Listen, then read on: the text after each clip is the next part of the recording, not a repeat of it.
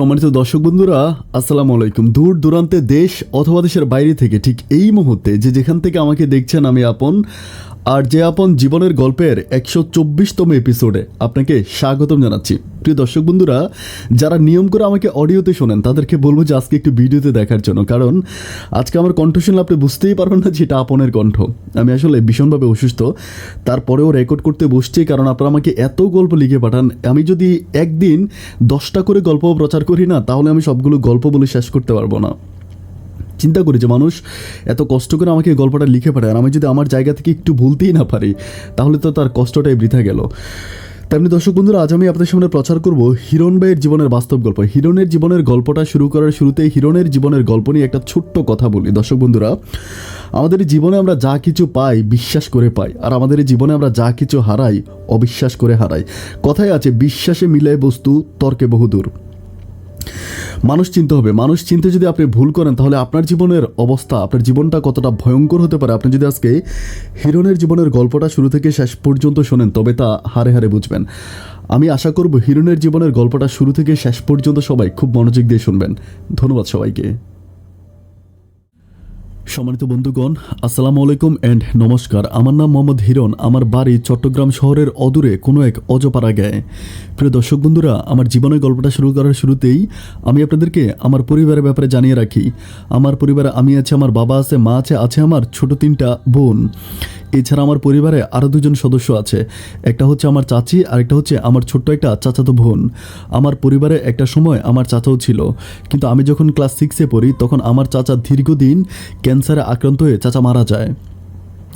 এখানে একটা ছোট্ট ঘটনা আছে। আমার চাচা মারা যাওয়ার আগে পারিবারিকভাবে আমাদের এলাকার মেম্বার চেয়ারম্যান আমার আব্বাকে সাক্ষী করে আমার চাচার যত সয় সম্পত্তি আছে সব কিছু আমার আব্বার নামে লিখে দেয়, এবং তিনি ওসিয়ত করে যায়, তিনি নিয়ত করে যায় আমার আব্বার হাতে আমার ছোট চাচাতো বোনটাকে তুলে দিয়ে বলে, আমার কথা বলে যে হিরণ যখন বড় হবে তখন আমার বাবা যেন আমার চাচাতো বোনটাকে আমাকে বিয়ে করায়। আমার চাচাতো বোনের নাম ছিল সালমা। এরপরে আমার আব্বা গ্রামের সব মানুষগুলোর সামনে বলে যে আমি যখন বড় হব, আমার যখন বিয়ের বয়স হবে তখন আমার চাচাতো বোনটাকে আমার আব্বা বিয়ে করাবে। এরপর থেকে আমার আব্বা আমার চাচি এবং আমার চাচাতো বোনের দায়িত্ব নেয়। আমার বাবা আমাদের এলাকার খুবই পরিচিত একজন হোমিওপ্যাথিকের ডক্টর। হোমিওপ্যাথিকের ডাক্তার হিসেবে আমার আব্বার কাছে বিভিন্ন জায়গা থেকে দূর দূরান্ত থেকে লোকেরা এসে চিকিৎসা করে। আমার বাবা ডাক্তার নামে এলাকাতে অনেক বেশি পরিচিত। যাই হোক, এইভাবে আমার দিনগুলো সামনের দিকে অতিবাহিত হচ্ছিল। কিন্তু আমাদের গ্রামের কিছু দুষ্ট মানুষ আছে যারা আমার চাচাতো বোন সালমাকে সবসময় মিসেস হিরণ বলে ডাকে, মানে আমার নামের সাথে ওর নামটা জড়াইয়া দেয়। আমি আমার চাচাতো বোনের সাথে ওভাবে চলাফেরা করি না, যেহেতু পারিবারিকভাবে বিয়ে ঠিক হয়ে আছে, কিন্তু আমরা খুব সিম্পলি চলাফেরা করি। মানে আমাদের মাঝে কোনো প্রেম ভালোবাসা নাই, বা একটা চাচাতো ভাই তার চাচাতো বোনকে ঠিক যে চোখে দেখে আমি আমার চাচাতো বোনটাকে সেম একইভাবে দেখি। আর আমার ছোট যে বোনগুলো আছে ওগুলো কিন্তু পিঠাপিঠি, মানে আমার চাচাতো বোনের বয়সেই সবগুলা। তো এইভাবে যেতে যেতে আমি আমার গ্রামের একটা স্কুল থেকে এসএসসিতে A+ গ্রেড পেয়ে পাশ করি, এবং আমি ওই সময় এসএসসি পরীক্ষা দিই। আমার বেসের যতগুলো ছাত্রছাত্রী ছিল তাদের মাঝে একমাত্র আমি A+ পাই। এটার জন্য আমার এলাকাতে অনেক বেশি সুনাম থাকে, এবং আমার আব্বাকে স্কুলে ডেকে নিয়ে শিক্ষকরা সম্মাননা দেয়। এভাবে আমার দিনগুলো সামনের দিকে অতিবাহিত হচ্ছিল। বাবা চিন্তা করতেছিল আমি যেহেতু এসএসসিতে অনেক ভালো একটা রেজাল্ট করেছি, যথারীতি বাবা আমাকে অনেক দূর পর্যন্ত পড়াশোনা করাবে, কিন্তু আমাদের এই অজপাড়াগে তেমন কোনো ভালো কলেজ নাই। আমি আমার গ্রামের কলেজ থেকে যদি পড়াশোনা করি তাহলে আমি খুব ভালো কিছু করতে পারবো না। এই চিন্তা ভাবনাটা করে আমার বাবা তখন আমাকে চট্টগ্রামের অজপাড়া গা থেকে আমাকে চট্টগ্রাম শহরে পাঠিয়ে দেয়। তখন আমি চট্টগ্রাম শহরের কোনো একটা কলেজে ভর্তি হই। কলেজে ভর্তি হওয়ার পরে আমাদের গ্রাম যেহেতু অনেক দূরে ছিল চট্টগ্রাম শহর থেকে, সুতরাং আমি কলেজের পাশেই একটা হোস্টেলে ভাড়া থাকি। ওখানে থেকে আমি পড়াশোনা করি। আমি পড়াশোনার প্রতি ছোটোবেলা থেকে যথেষ্ট পরিমাণ মেধাবী ছিলাম। হয় না যে ছোটোবেলায় বাচ্চারা যখন খেলাধুলা করতো, আমার মনে আছে আমি যখন মাঠে খেলা করতে যাইতাম না, তখন আমি ব্যাগে করে বই নিয়ে যাইতাম। আমার মা বলতো, কিরে বই নিয়ে যাস কেন? আমি বললাম, ওরা মাঠে খেলবে, আমি বসে বসে পড়বো। মানে এত বেশি পড়াশোনার প্রতি আমি মনোযোগ ছিলাম। আমার এমনও কিছু স্মৃতি আমার মাথায় আছে। স্কুলে যখন আমি কোনো অঙ্ক দেখতাম, আমি অঙ্কটা দেখে এটা রেজাল্ট মিলে বলে ফেলতে পারতাম। এত ভালো একজন মেধাবী স্টুডেন্ট আমি ছিলাম। যাই হোক, আমি যখন কলেজে পড়াশোনা করি তখন আমি যথেষ্ট মেধাবী এবং কলেজ থেকেও যথারীতি আমি তখন আমি গোল্ডেন প্লাস পেয়ে কলেজে পাশ করি। অ্যান্ড তখন আমি প্রচুর পরিমাণ মেধাবী একজন স্টুডেন্ট। আমার বাবা চট্টগ্রাম বিশ্ববিদ্যালয়ে আমাকে ভর্তি করায়। আমি চট্টগ্রাম বিশ্ববিদ্যালয়ে ইংলিশে অনার্স করার জন্য ভর্তি হই। তো যথেষ্ট মেধাবী একজন স্টুডেন্ট, পরিবারের মানুষগুলো আমাকে প্রচুর পরিমাণ ভালোবাসে। অ্যান্ড আমার চাচি এবং চাচাতো বোন তারাও প্রচুর পরিমাণ খুশি, কারণ একটা সময় আমি আমার চাচাতো বোনকে বিয়ে করব, সালমাকে বিয়ে করব। এই জন্য আমার চাচিও কিন্তু আমাকে প্রচুর পরিমাণ আদর করে। অ্যান্ড আমার চাচি এমন একটা মানুষ, আমার চাচির বাপের বাড়ির অবস্থাও কিন্তু প্রচুর ভালো। আমার মানে চাচির বাবার বাড়ির অবস্থা অত্যন্ত ভালো। তারা আমার চাচিকে প্রচুর পরিমাণ হেল্প করে এবং আমাদেরকেও অনেক বেশি টাকা পয়সা দেয়। আমার কাছে মনে হয় যে আমাদের পরিবারটা আমার চাচির বাপের বাড়ির টাকায় চলে। অ্যান্ড আমার চাচাতো বোনটাও ভীষণ ভালো, আমার বোনগুলোর সাথে মানে খুব ক্লোজলি মিশে। আমি যখন বিশ্ববিদ্যালয়ে পড়াশোনা করি তখন আমার চাচাতো বোনটা এসএসসি পরীক্ষার্থী, আর আমার ছোটো ভাই বোনগুলো তখন 7, 8, 9 ওরকম পিটাপিটিভাবে পড়াশোনা করতেছে। মানে আমার ছোটো বোনগুলো, আমার তো কোনো ভাই ছিল না। তো যাই হোক, এভাবে আমি চট্টগ্রাম বিশ্ববিদ্যালয়ে পড়াশোনা করতেছি, দিনগুলো আমার প্রচুর ভালো যাচ্ছে। আমি সময় পেলে বাড়িতে যাই, বাড়িতে গেলে আব্বা আমার সাথে দেখা করি, তাদের সাথে কথাবার্তা বলি। অ্যান্ড ফাইনালি আমি আবার আমার বিশ্ববিদ্যালয়ে ফিরে আসি। কিন্তু এরই মাঝে হয়তো একটা প্রশ্ন মনে জাগতে পারে, যেহেতু ছোটোবেলা থেকে আমার চাচাতো বোনের সাথে আমার বিয়ে ফিক্সড হয়ে আছে, আমি আমার চাচাতো বোনের সাথে কোনো প্রেম ভালোবাসার সম্পর্কে জড়াই কিনা। একটা দুঃখজনক ব্যাপার হলে এটাই সত্যি, পারিবারিকভাবে যদি আমাদের বিয়ে ঠিক হয়ে থাকে, আমার চাচাতো বোনকে আমি কখনো বোনের চোখে ছাড়া অন্য কোনো চোখে দেখি নাই। ছোটোবেলায় আমার চাচাতো বোন আমার পরিবারে বড় হয়েছে। আমি যে পরিবারে ছিলাম সেই পরিবারেই এক প্লেটের খাবার খেয়ে আমরা বড় হই, যার জন্য আমি কখনোই আমার ওই চাচাতো বোনটাকে আমার বউ হিসাবে কখনোই দেখি না। এবং আমার কাছে এটা মনে হয় আমি কখনো আমার চাচাতো বোনটাকে বিয়েও করতে পারবো না, যদিও পারিবারিকভাবে বিয়ে ঠিক হয়ে আছে। আমার মাথায় একটা চিন্তা ভাবনা আছে, সেটা হচ্ছে আমি আমার বাবাকে আমার চাচা যে সম্পত্তিগুলো লিখে দিয়েছে, আমি এটা চিন্তা করি যে আমার ওই চাচিকে, মানে আমার চাচাতো বোনটাকে অন্য কোথাও বিয়ে দিয়ে আমি আমার আব্বার কাছ থেকে যে সম্পত্তিগুলো আমার চাচা লিখে দিয়েছি সেই সম্পত্তিগুলো আমার ওই চাচাতো বোনের স্বামীকে আমি দিয়ে দিব, এরকম একটা প্ল্যানিং আমার মাথায়। কারণ আমি তাকে কখনো বোনের চেয়েও বেশি কিছু দেখতে পারি না, কিন্তু ওর ব্যাপারটা আমি জানি না, মানে সালমার ব্যাপারটা আমি জানি না যে ও আমাকে কেমন চোখে দেখে। এভাবে যেতে যেতে তখন আরও প্রায় 2 বছরের মধ্যে কেটে যায়। আমার তখন বিশ্ববিদ্যালয়ে অনেক ভালো ভালো বন্ধু হয়ে যায়, মানে অনেক ছেলে বন্ধু, অনেক মেয়ে বন্ধু, মানে অনেক বন্ধুবান্ধবের সাথে আমি খুব ক্লোজ হয়ে যাই। আমার প্রচুর পরিমাণ বন্ধুবান্ধব থাকে, অ্যান্ড বিশেষ করে সবাই ছেলে। আমি মেয়েদের সাথে অতটা চলাফেরা করি না। আমার বন্ধু আছে, তাদের মাঝে মেজরিটি পার্সেন্টই হচ্ছে ছেলে।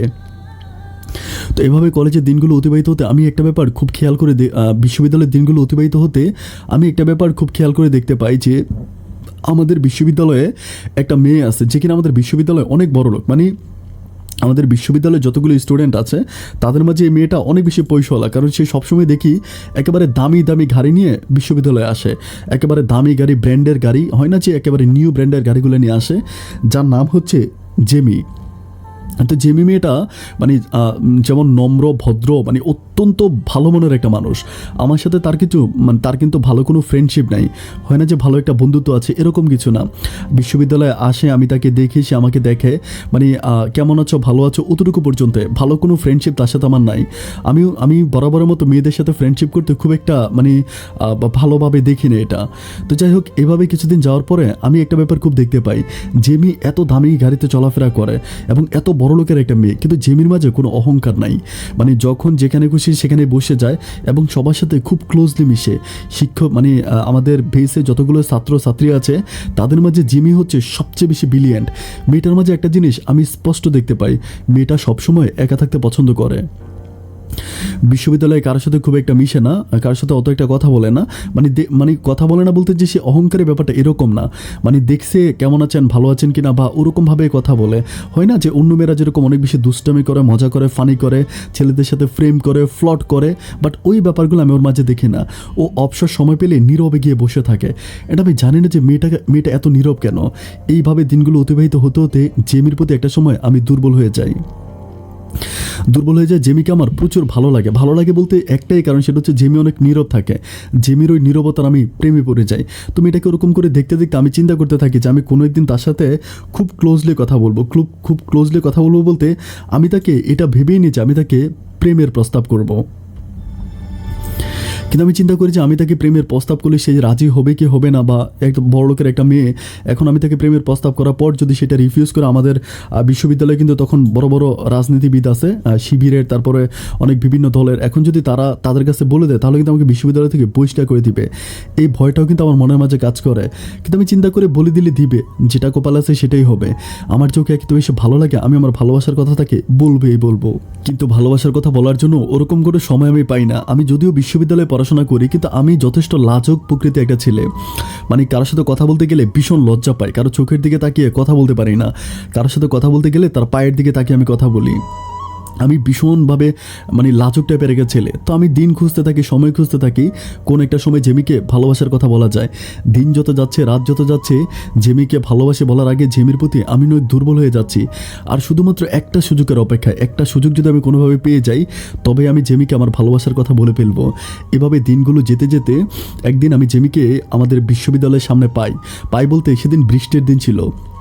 তো ও মনে হয় মানে ছাতা নিয়ে আসে নাই, গাড়ি থেকে যখন বের হয়েছিল, যারা চট্টগ্রাম বিশ্ববিদ্যালয়ে পড়াশোনা করেন তারা জানেন গেট থেকে আমাদের ক্যাম্পাসগুলো অনেক দূরে। তো আমি ক্যাম্পাস থেকে দেখতেছিলাম, মানে ক্যাম্পাসের দোতলায় থাকে, আমি দেখতেছিলাম যে ও মানে গাড়িতে বসে আছে, মানে বৃষ্টি থামতেছে না, ও গাড়ি থেকে নামতেছে না। আমি চিন্তা করলাম যে তাহলে 100% কনফার্ম ওর কাছে ছাতা নাই। যেহেতু বৃষ্টি ছিল, আমার হাতে ছাতা ছিল, আমি তখন দৌড়ে ওর গাড়ির কাছে যাই। গাড়ির কাছে গিয়ে ঠক ঠক করে দরজাটা ধাক্কা দেওয়ার পরে ও তখন জানালা খোলে। আমি তখন বলি কী ব্যাপার, ছাতা নাই? বলে যে না, ছাতা তো আনি নাই। আমি বললাম কী হয়েছে? আমার কাছে ছাতা আছে, আমার সাথে আসো। তো বলতেছে যে আচ্ছা ঠিক আছে। তারপর সে গাড়ি থেকে বেরোয় ড্রাইভারকে বলে দিয়ে যে টাইম বলে দিয়ে যে ওই টাইমে আসবেন। এটা বলার পরে সে আমার সাথে আমার একই ছাতার নিচে ও আসে। আমার ফিলিংসটা তখন আমি বুঝাইতে পারবো না। আমার তখন এত পরিমাণ ভালো লাগে, আমার কাছে মনে হয় যেন পৃথিবীর সব সুখ এসে আমার ছাতির নিচে বাসা বেঁধেছে। আমার এত ভালো লাগে সে যখন আমার ছাতাটায় হাত দেয়। ছাতাটা কিন্তু অত বড় ছিল না, মানে সিঙ্গেল একটা ছোট্ট ছাতা ছিল। বৃষ্টির পানিগুলো বেয়ে বেয়ে হচ্ছে ছাতা থেকে তার গায়ে পড়তেছিল। মেয়েটা একটু ভালো স্বাস্থ্য ছিল, যার জন্য বৃষ্টিতে যখন ভিজে যাচ্ছিল তাকে এত সুন্দর লাগতেছিল। আমি আমাদের গেট থেকে সামনের দিকে আস্তে আস্তে, চট্টগ্রাম বিশ্ববিদ্যালয়ের ব্যাপারটা হচ্ছে এরকম যে ওখানে অনেক বেশি গাছগাছালি হয় না, যে মানে চট্টগ্রাম বিশ্ববিদ্যালয় একটা ফরেস্ট টাইপের এলাকা। তো গেট থেকে যখন আমি ভিতরের দিকে আসতেছিলাম, ওখানে একটু জঙ্গলের মতো জায়গা আছে, ওখানে আমি হঠাৎ করে দাঁড়ায় যাই। তখন যে আমাকে বলতেছিল কী ব্যাপার দাঁড়াই গেলা যে? আমি বললাম যে যাইতে ইচ্ছে করতেছে না। বলে কেন যাইতে ইচ্ছে করতেছে না? আমি বললাম আরেকটু সামনে গেলেই তো মানে ক্যাম্পাস পেয়ে যাব। ও বলে হ্যাঁ, তো ক্যাম্পাস পেয়ে যাবো, বৃষ্টির মধ্যে দাঁড়াই থাকবো? আমি বলি আমি আজকের এই সুযোগটা হয়তো আর কোনো দিন পাবো না। আমাকে বলে কী সুযোগ? আমি বলি জেমি, আমি কোনো সংকোচ করি না, আমি একদম সোজাই বলে ফেলি, মানে চোখটা বন্ধ করে বলে ফেলি যে জেমি, আমি তোমাকে ভালোবাসি। এটা বলার পরে এটা যখন আমি বলি, তখনও মানে একটু অপলক দৃষ্টিতে আমার দিকে তাকায় থাকে, মানে এমনভাবে তাকায় থাকে, মানে হয় না যে ভালোবাসার কথা বললে তো মানুষ খুশি হয়, কিন্তু আমি দেখি যে মানে তার চোখের পানিগুলো যেন কেমন টলমল করতেছে। আমি তখন চিন্তা করি কী ব্যাপার, মানে ভালোবাসি বলার পরে মানুষটা এভাবে মানে হঠাৎ করে বিগড়ে গেল কেন? মানে ওর চোখের পানি একদম টলমল করতেছে। আমি তখন বললাম জিবি, কোনো প্রবলেম তো, তোমার কোনো সমস্যা? আমাকে বলে না, কোনো সমস্যা নাই। আমি মুহূর্তের মধ্যে দেখতে পাই সে আমার হাতটা ছেড়ে দিয়ে ছাতার ভিতর থেকে সে হাঁটতে হাঁটতে কলেজ ক্যাম্পাসের দিকে হেঁটে যায়, মানে বৃষ্টিতে ভিজতে। তার হাতে তার ব্যাগ ছিল, বই ছিল, মোবাইল ছিল, সব কিছু ভিজে যাচ্ছে। আমি তখন দৌড়ে ছাতাটা নিয়ে যখন তার পাশে যাই, আমি দেখতে পারি সে একেবারে দিশে হারা মানুষের মতো হাঁটতে হাঁটতে কলেজ ক্যাম্পাসে ঢুকে যায়। আমি তখন কিছুই বুঝতে পারিনি বাড়ি ব্যাপারটা কি। ভালোবাসার কথা বললে এখানে একটা মানুষ খুশি হওয়ার কথা, কিন্তু খুশি না হয়ে মেয়েটা এক বুক কষ্ট নিয়ে কেন ক্যাম্পাসের দিকে এভাবে হেঁটে চলে গেল? আমার বুকের ভিতর তখন হিমালয় পরিমাণ কষ্ট জমে যায়। আমি সারাটা দিন কোনো ক্লাস করতে পারি না। দেখতে যখন আমাদের ক্লাসগুলো শেষ হয়, দুপুর ঘুরিয়ে আসে, সবাই লাঞ্চ করার জন্য বের হয়। আমি তখন আমার টিফিন বক্সটা হাতে করে ঢং করতে করতে জেমির পাশে গিয়ে বসে। আমি বলি জেমি, আমি বুঝতে পারছি না যে তুমি আমার উপর এতটা রেগে আছো কেন? আমি কি তোমাকে ভালোবাসি কথাটা বলে ভুল করে ফেলছি? তখন মেয়েটা আমার মুখের দিকে তাকিয়ে বলতেছে তুমি কি আমার পরিবার সম্বন্ধে জানো? আমি বললাম না, আমি তো জানি না। ও আমাকে বলে যে একটা পরিবার সম্বন্ধে না জেনে তাকে ভালোবাসার কথা হুট করে বলে ফেললা। আমি বললাম ভারে, তোমার কথা শুনে আমার ভীষণ হাসি পাচ্ছে। তাকে ভালোবাসতে হলে কি তার বায়োডাটা জানতে হবে? আমি কি তোমাকে চাকরি দিচ্ছি যে তুমি চাকরি করবে, আমি তোমার বায়োডাটা নিব? আমি তোমার বায়োডাটা নিতে যাবো কেন? আমি তোমাকে ভালোবেসেছেন, তোমাকে আমার ভালো লেগেছে, যার জন্য আমি ভালোবাসার কথা বলেছি। কিন্তু তোমার পরিবার যেমনই হোক, আই ডাজন্ট ম্যাটার, আমার এটা দেখার দরকার নাই। আমি তোমাকে ভালোবাসি, তুমি আমাকে ভালোবাসবে, এটাই সিম্পল। তখনও আমার দিকে তাকে হাসি বলতেছে যে আমি বোকা ছেলে দেখেছিলাম, এমন বোকা ছেলে আমি দেখি নাই। আমি ওর মুখের হাসিটা দেখে তখন যেন আমার মনের ভিতরে আমি অন্যরকম একটা শান্তি অনুভব করি। আমি বুঝতে পারি যে আল্লাহ যাই হোক, ওর মনে একটু শান্তি ফিরে আসছে। আমি তখন তাকে বলি যে জিমি, আচ্ছা আমাকে একটু খুলে বলো তো যে তুমি মন খারাপ কেন করছিলে, আমাকে একটু বলা যাবে? ও বলে সময় সুযোগ বুঝে সব কিছু জানতে পারবা।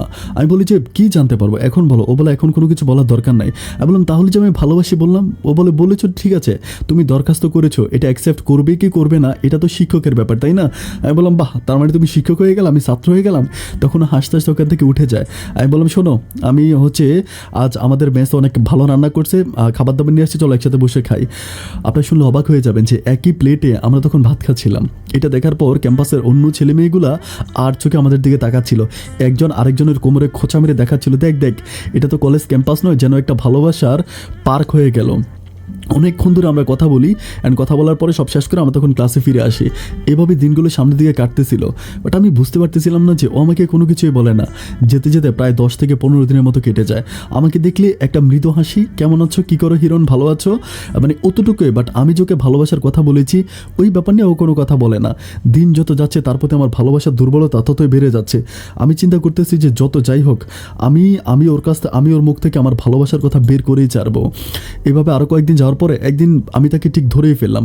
আমি বললাম কী ব্যাপার জিমি, ভালোবাসলে বাসবা, না বাসলে নাই, তুমি আমাকে এরকম ঝুলে রাখছো কেন? ও আমাকে বলে কেন ঝুলে থাকতে খারাপ লাগতেছে? আমি বললাম যে মানে খারাপ লাগতেছে বলতে বুঝতেছি না। তখন ও আমাকে বলে আজকে কলেজ শেষ করে আমি তোমার সাথে কথা বলবো, মানে ক্লাস শেষ করে তোমার সাথে কথা বলবো। অ্যান্ড ক্লাস শেষে আমাদের এখানে অনেক জায়গা আছে, সুন্দর সুন্দর জায়গা। কোনো একটা জায়গাতে বসে আমি তখন জেমির সাথে কথা বলতেছি। আমি জেমিকে বললাম যে তুমি আমাকে এতদিন পর্যন্ত ঝুলে কেন রাখছো? ও আমাকে বলে তুমি জানো এই পৃথিবীতে মানুষ যা কিছু পেয়েছে সব কিছু ধৈর্য ধারণ করে পেয়েছে। ধৈর্য ছাড়া এই দুনিয়াতে কিছুই হয় না। আমি তোমার ধৈর্যের পরীক্ষা নিচ্ছিলাম, আমি দেখতেছিলাম যে তুমি কতদিন ধৈর্য ধরে আমাকে ভালোবাসতে পারো। বাট আই এম সরি যে আমি বুঝতে পারিনি যে এত সহজে তোমার ধৈর্যটা কেটে যাবে। আমি তখন তারে বলতেছিলাম যে তুমি এগুলো কী বলতেছো? আমি তোমাকে ভালোবাসি বলেছি, এটা আমি তোমাকে ভালোবাসি, আর আমি এটাতে পরীক্ষা কেন দিতে যাব? তখন ও আমাকে বলতেছে যে ভালোবাসার পরীক্ষায় পাশ করে ভালোবাসার মানুষটাকে অর্জন করা কতটা আনন্দের ব্যাপার এটা কিন্তু তুমি জানো না। পরীক্ষা ছাড়া যদি তোমাকে পাশ করাই দেয় তাহলে কি তুমি খুশি হবা? অ্যান্ড তুমি যদি একটা পরীক্ষা না দিয়ে তুমি একটা মানে তোমাকে পাশ করাই দিল তাহলে কি তোমার ভালো লাগবে? আর পরীক্ষা দিয়ে কঠোর পরিশ্রম করে তুমি যদি পাশ করো তাহলে তোমার ভালো লাগবে না? আমি বলি হ্যাঁ এটা তো ঠিক, আমি পরীক্ষা দিয়ে যদি কঠোর পরিশ্রম করে পাশ করি তাহলে তো ভালোই লাগবে, এটাই তো ভালো। ও আমাকে বলে ওরে নায়িকা, আমি তো চাচ্ছিলাম যে তোমার ভালো লাগুক, তোমার ভালো লাগার জন্যই কিন্তু আমি তোমাকে এতদিন পর্যন্ত অপেক্ষা করাইছিলাম। আসলে আমারও তোমাকে ভীষণ ভালো লাগে।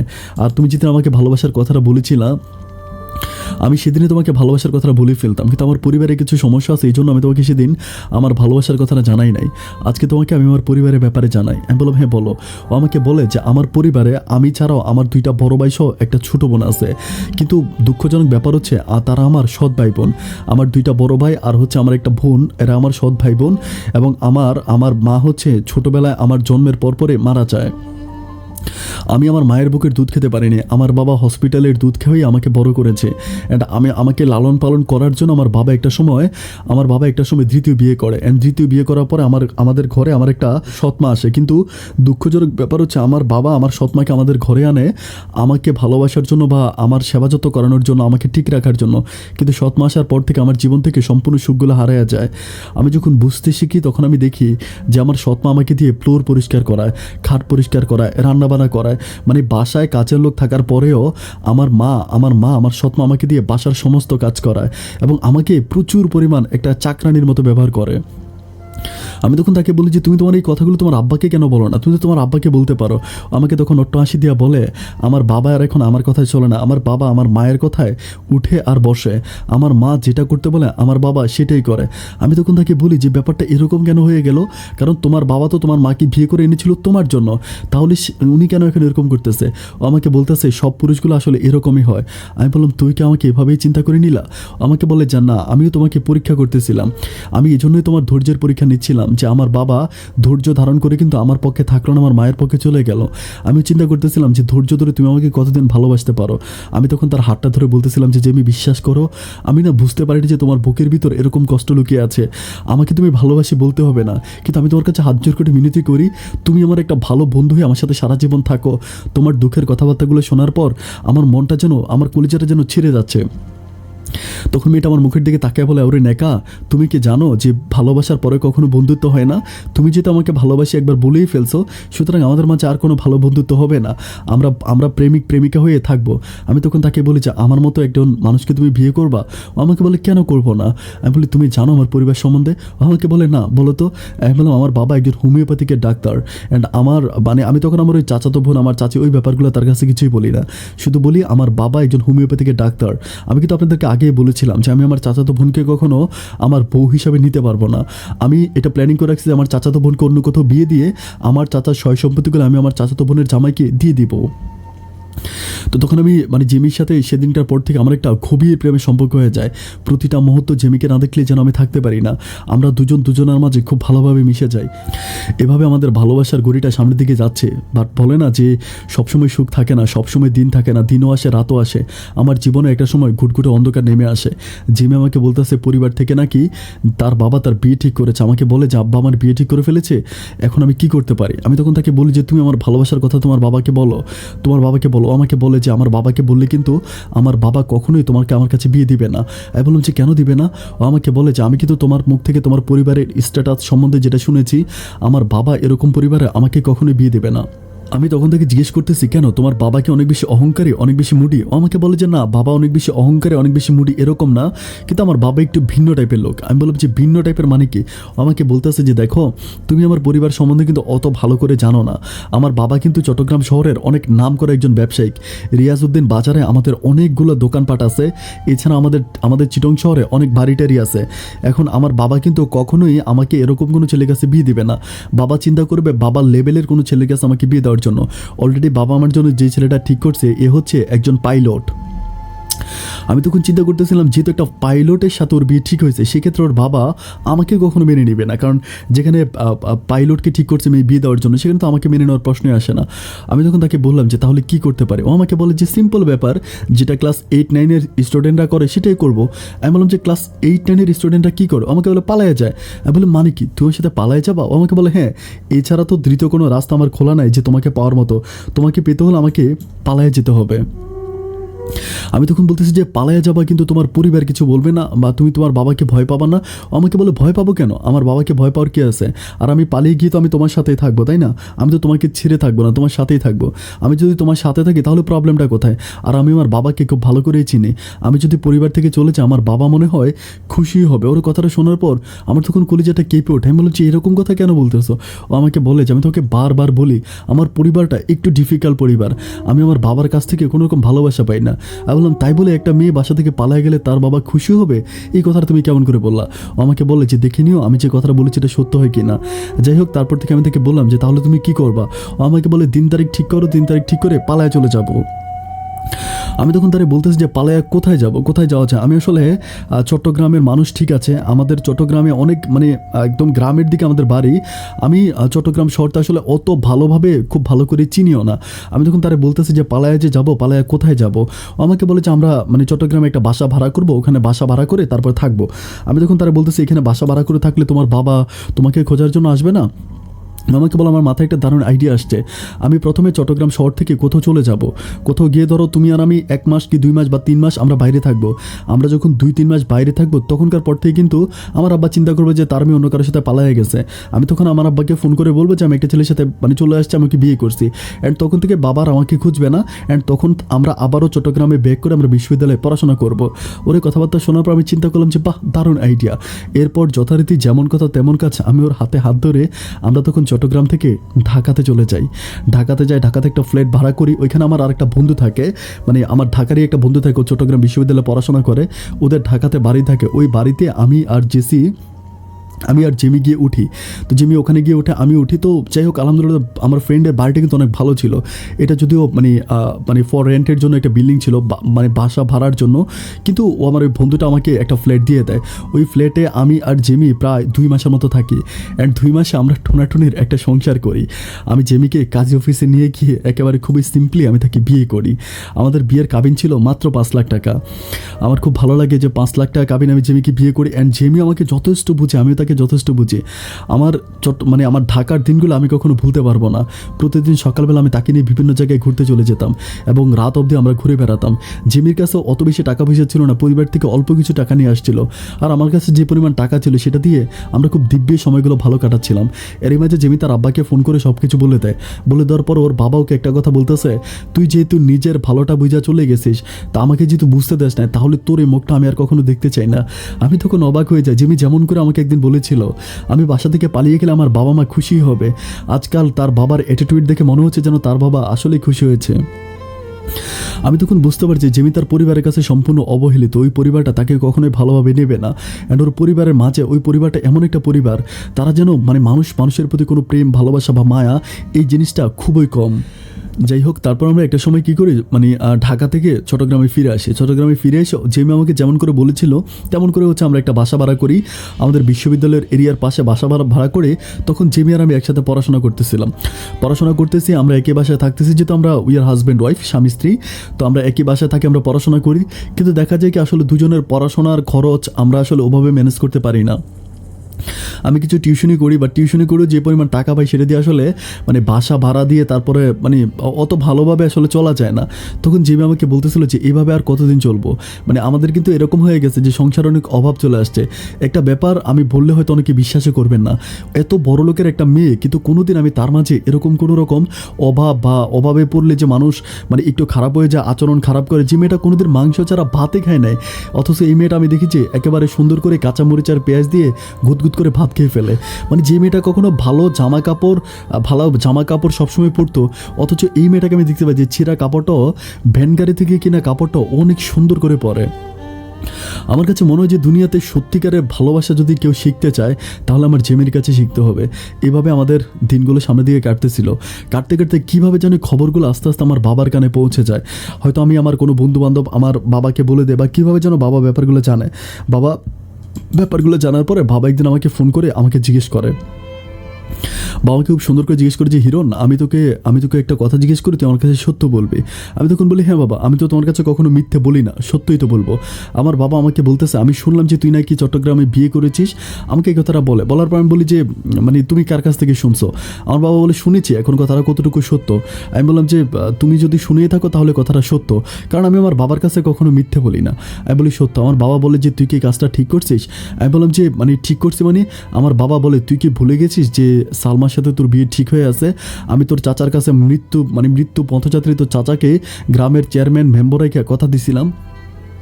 আমি তখন আমার বাবাকে বলি যে হ্যাঁ, কথা দিয়েছিলে ঠিক আছে, কিন্তু তোমরা যে কথা দিয়েছিলে সংসার কি তুমি সালমার সাথে করবা? সংসার তো আমি করবো। অ্যান্ড তোমরা আমি ক্লাস 6-এ পড়ি, একটা ছোটো মানুষ, আমার কাছ থেকে কোনো অনুমতি না নিয়ে তোমরা এইভাবে কি বিয়েটা ঠিক করে মানে বিয়েটা কি ঠিক করছো? তখন আমার আব্বা আমাকে বলতেছে, দুনিয়াতে আনার সময় আমি তোর মায়ের পেটে তোকে দেওয়ার সময় আমি কি তোর কাছ থেকে পারমিশন নিয়েছিলাম যে হিরণ আমি তোকে এই দুনিয়াতে আনবো? তোর মা কি তোর মায়ের পেট থেকে তোকে বের করার সময় জিজ্ঞেস করেছিল যে হিরণ এই দুনিয়াতে আসবে কি না? এটা তো জিজ্ঞেস করে নাই। আমরা তো তোকে দুনিয়াতে আমাদের ইচ্ছায় জন্ম দিয়েছিলাম। আমি বলেছিলাম যে তোমরা তোমাদের ইচ্ছে এই দুনিয়াতে আমাকে জন্ম দিয়েছো, দ্যাটস রাইট, এটা ঠিক আছে, কিন্তু এই দুনিয়া তো আমাকে অনেক কিছু শিখিয়েছে। দেখো বাবা, আমি তোমাকে একটা কথা বলি, আমার পক্ষে আসলে মানে সালমাকে বিয়ে করা কোনোদিনও সম্ভব ছিল না। আমি আগ থেকে একটা সিদ্ধান্ত নিয়েছিলাম যে আমি সালমাকে বিয়ে করবো না। আমার চাচা তোমাকে যে সম্পদগুলো তোমার নামে লিখে দিয়েছে, তুমি সম্পদগুলো যথারীতি মানে ইয়েকে ফিরাই দিবা। আমরা সালমাকে যেখানে বিয়ে দেবো সালমার স্বামীকে ফিরাই দিবা। এটা বলার পর বাবা আমাকে বলতেছে, বাহ, তুই তো একদম ভালো উকিল হয়ে গেলি, আমি তোকে পড়াশোনা করাইছি, আমি বুঝতেই পারিনি যে এত বেশি ইন্টেলিজেন্ট তুই। কথাগুলো বলতেছে আর আমি বুঝতেছি যে আমার বাবা ভীষণভাবে রেগে আছে, বাবা পারতেছে না যে আমাকে এখান থেকে তুলে নিয়ে যায়। একটা সময় আমার বাবা প্রচণ্ড রকম রেগেছে এবং রেগে গিয়ে মোবাইল ফোনের লাইনটা কেটে দেওয়ার পর বাবা তখন আর আমার সাথে কথা বলে না। জিমি আমাকে জিজ্ঞেস করতেছে কী ব্যাপার? আমি বললাম যে এই ঘটনা তো। আমাকে বলেছে তাহলে তুমি আমাকে তোমার আব্বা আম্মার কাছে নিয়ে যাও, আমি তাদের সাথে কথা বলি তো তারা আমাকে বুঝতে পারবে, তাই না? আমি তোমাকে বলি যে তুমি আমার আব্বা আম্মাকে যতটা ভালো মনে করতেছো, আমার বাবা কিন্তু খুবই রাগী বদমেজাজি একটা মানুষ। আমাকে বলে যে তার মানে কি আমার বাবা যেরকম তোমার বাবা একই রকম? আমি বললাম যে জানি না, যাই হোক, যা হবার তা হবে, চলো আমরা আমাদের দিনগুলো কাটাই। এভাবে আমি সামনের দিকে আরও প্রায় 1 মাসের মতো থাকি। 1 মাস পরে তখন আমার মা আমাকে ফোন করে বলে, যা পাগলামি করছিস আর করিস না, তুই ভালো হয়ে যা। আমি বললাম আমি তো ভালোই আছি, আমি খারাপ কি আছি, আমি তো অত্যন্ত ভালো। আমার মা আমাকে বলতেছে, কাকে বিয়ে করছিস? আমি বললাম জিমি নামের একটা মেয়েকে বিয়ে করছি, ওর পরিবারে ওর সৎমা, মেয়েটা অনেক মানে অসহায়, আমি তাকে বিয়ে করছি। আমার মা বলে, তাহলে তুই জেমিকে নিয়ে বাড়িতে, আমাকে বলে। আমি বললাম যে আমি জেমিকে নিয়ে বাড়িতে যাবো, বাবা তো আমাকে বলেই দিছে যে বাবা আমাকে একরকম বাড়িতে উঠতেই দিবে না, ওরকম বলে দিছে। আমার মা তখন বলতেছে যে বাড়িতে উঠতে দিবেন এটা কেমন কথা, তুই জেমিকে নিয়ে এখানে চলে আমাকে এটা বলে। বলার পর তখন জেমিকে বলেছে জেমি এই ঘটনা, এখন তুমি কি যাবা মানে চট্টগ্রামে, মানে আমরা তখন হচ্ছে আমি তখন তাকে বলতেছি তুমি কি যাবা ওইখান থেকে আমরা মানে বাড়িতে চলে যাব। তো আমাকে বলতেছে যে তোমার মা যেহেতু বলতেছে তাহলে তো আমি মনে করি যে আমাদের দূরে থাকাটা ঠিক হবে না, আমাদের দূরে থাকাটা ঠিক হবে না। তখন আমি জেমিকে নিয়ে সরাসরি হচ্ছে আমাদের গ্রামে চলে আসি, আমাদের গ্রামে আসি। বাট গ্রামে আসার পরে একটা ব্যাপার, সবাই অত্যন্ত খুশি হয়েছে, কিন্তু আমি দেখতে পাই আমার চাচাতো বোন সালমা এবং আমার চাচি ওরা অত্যন্ত কষ্ট পেয়েছে। আমি বুঝতে পারছি আমার চাচি আমাকে দেখার পর একরকম কান্না করে দিয়েছে, আমাকে আর জেমিকে একসাথে দেখার পরে চাচির চোখের পানিগুলো টলমল করতেছিল। তো আমি তখন আমার পরিবারে থাকি অ্যান্ড পরিবারে থাকতেছি, তখন আর মানে ও আর আমি একসাথে হচ্ছে, মানে ও আর তখন ওভাবে ক্লাস করে না, আমি ক্লাস করি, ও মাঝে মাঝে এসব পরীক্ষার সময় আসলে পরীক্ষা দেওয়া যায়, আরও গ্রামেই থাকে। তো এইভাবে দিনগুলো সামনে দিয়ে কাটতেছিল। আমি একটা সময় দেখতেছি যে আমার মা জেমির সাথে খুব ভালোভাবে চলাফেরা করতে পারতেছে না, অ্যান্ড এরই মাঝে আমার চাচি এবং আমার চাচাতো বোন ওরা আলাদা একটা ঘর বানায় ফেলে। মানে আমাদের ঘরের সামনে আমার চাচি ওর মানে ওনার বাপের বাড়ি থেকে টাকাই না একটা বিল্ডিং বানায়, বিল্ডিং বানিয়ে তখন তারা আমাদের ঘরের সামনে চলে যায়। আর আমি জেমিকে বলতেছি যে আমরা সন্তানে, জেমিকে সন্তানের কথা নেওয়ার কথা বলে জেমি আমাকে বলে যে তুমিও পড়াশোনা করো আমিও পড়াশোনা করি, আমাদের পড়াশোনায় ব্যাঘাত ঘটবে, এর চেয়েও বরং আমরা গ্র্যাজুয়েশনটা কমপ্লিট করি, অনার্সটা কমপ্লিট করি, এরপর না আমরা বিয়ে মানে আমরা সন্তান নিতে পারবো। আমি তখন তাকে বলি যে দেখো পরিবার থেকে কি হয়ে যায় না হয়ে যায় তা তো বলা যায় না, কারণ আমার পরিবারের মানুষগুলো অনেক ডিফিকাল্ট, তারা যে কোনো সময় যে কোনো সিদ্ধান্ত নিয়ে নিতে পারে। তখন জেমি আমাকে বলতেছে কী বা করবে, আমরা তো বিয়ে করে ফেলছি এবং আমরা একই পরিবারে আছি, এখন এই অবস্থা থাকা অবস্থায় তারা কোনো কিছু করবে না, তুমি টেনশন করো না। আমি তাকে বলি তুমি যেটা ভালো মনে করে সেটাই করো। কিন্তু তখন আমি খেয়াল করে দেখতে পাই যে আমার মা জেমির সাথে কোনোভাবেই মিশতে পারতেছে না, আমার মা জেমির সাথে প্রচুর পরিমাণ ঝগড়া করে, মানে এত পরিমাণ ঝগড়া করে যেটা আসলে ভুলে বোঝানো যাবে না। একটা সময় জেমি তার পড়াশোনা বন্ধ করে দেয়, মানে পড়াশোনা বন্ধ করে বলতে ও আসলে পারিবারিক টেনশনগুলো নিতে পারতেছিল না, ও পড়াশোনা বন্ধ করে দেয়। পড়াশোনা বন্ধ করে ও তখন গ্রামেই থাকে, আমি তখন চট্টগ্রামে যাতায়াত করি, আসা যাওয়া করি, আর তখন আমি টিউশনি করি, চট্টগ্রামে টিউশনি করি, টিউশনের টাকা বাড়িতে পাঠাই, সেই টাকা দিয়ে আমার পরিবারটা চলে বা জেমি চলে। কিন্তু জেমি এত বড় লোকের একটা মেয়ে হওয়ার পরেও ও কখনো কোনো ব্যাপার নিয়ে আমার পরিবারের মানুষগুলোর সাথে ঝগড়া করে না, আমার পরিবারের মানুষগুলো ওকে যতই বকা দেখ যতই গালি দেখ যতই কিছু করুক, জেমি কখনো কোনো ব্যাপার প্রতিবাদ করে না, ও ওর মতো করে সব কিছু হ্যান্ডেল করে ও দিনগুলো কাটাচ্ছিল। আমার কাছে মনে হচ্ছিল যে আমি যে মানুষটাকে ভালোবেসেছিলাম আসলে আমি একটা ভুল মানুষকে ভালোবাসি নাই। আমার চাচি তখন পারতেছে না যে, মানে আমার চাচি আর আমার মা মিলে আমার জেমির উপরে প্রচুর পরিমাণে অত্যাচার করতে থাকে, এত পরিমাণ অত্যাচার করতে থাকে যে বলে বোঝানো যাবে না। অত্যাচারের মাত্রাটা তারা এমনভাবে বাড়িয়ে দেয়, তারা একটা সময় জেমির ঘরে ছেলে ঢুকায় দেয়, তারা জেমির ঘরে ছেলে ঢোকায়, মানে আমাদের গ্রামের বিভিন্ন ছেলেকে দিয়ে জেমিকে কলঙ্কিত করার চেষ্টা করে। তো জেমি কিন্তু এতদিন পর্যন্ত আমার পরিবার, আমার বাবা মা সম্বন্ধে আমার কাছে কোনোদিন কোনো কমপ্লেন করে নাই, কোনো বিচার দেয় না যে আমার বাবা মা এমন এরকম কোনো বিচার দেয় নাই। বাট সেদিনও আমাকে ফোন করে খুবই কান্নাকাটি করে, আমাকে বলতেছে যে হিরণ আমি কী করবো ঠিক বুঝতে পারতেছি না, আমি তোমার কাছে একটা রিকোয়েস্ট করি তুমি যদি পারো আমাকে এখান থেকে নিয়ে আসো, আমাকে এটা বলে। আমি বলি ও কিন্তু আগে আসতে রাজি হতো না, আমি নিজেই বলতাম যে তুমি চলে আসো, ও বলো আসবে না, ও আমার মায়ের সাথে থাকবে আমার বাবার সাথে থাকবে, কারণ ওর তো আসলে ওর বাবা মায়ের ভালোবাসা এইভাবে পায় নাই, এভাবে আমার বাবা মাকে ও আপন করে নিয়েছে। তখন আমি চিন্তা করতেছিলাম যে তুমি কেমন কথা বলতেছো যে তুমি এখন আমাকে এই সমস্যাটাকে আমাকে বলো। তখন আমাকে বলতেছে যে সমস্যা হচ্ছে কি, আমি এতদিন পর্যন্ত সব অপমান অপদস্থ সহ্য করছি, কোনো কিছুই বলি নাই, কিন্তু এখন থেকে একটা ব্যাপার দেখতেছি যে এটা আসলে সহ্য করে নেওয়ার মতো না। আমি বলি কী ব্যাপার দেখতেছো আমাকে খুলে বলো। আমাকে বলতেছে যে তোমার চাচি আর তোমার মা মিলে আমার ঘরে ছেলে ঢোকানোর জন্য চেষ্টা করতেছে। আমি বললাম ছেলে মানে? ও বলে হ্যাঁ ছেলে, তোমাদের গ্রামের কিছু খারাপ ছেলেদের সাথে আমি দেখি তোমার চাচি এবং তোমার মা কথা বলে, এবং ওই ছেলেগুলো আমার ঘরের আশেপাশে ঘুরেফেরা করে। আমি বলি কীভাবে? আমাদের বাড়ি তো বিল্ডিং করা, চারপাশে বাউন্ডারি করা। আমাকে বলে যে আমি জানি না বাউন্ডারি গেট কেই খুলে দেয়, আমি সবসময় গেট লাগাই দিয়ে আসি, রাতের বেলা আমি গিয়ে দেখি যে গেট খোলা, এবং আমি অনেক সময় জানালা খুলে দেখি যে বিভিন্ন ছেলে আমার ঘরের আশেপাশে ঘোরাফেরা করে, ওরা যে কোনো সময় আমাকে তুলেও নিতে পারে অথবা আমার নামে একটা কলঙ্ক মেখে দিবে। এটা বলার পর আমি বুঝতে পারছি আমার পরিবারের মানুষগুলো ক্ষিপ্ত হয়ে গেছে।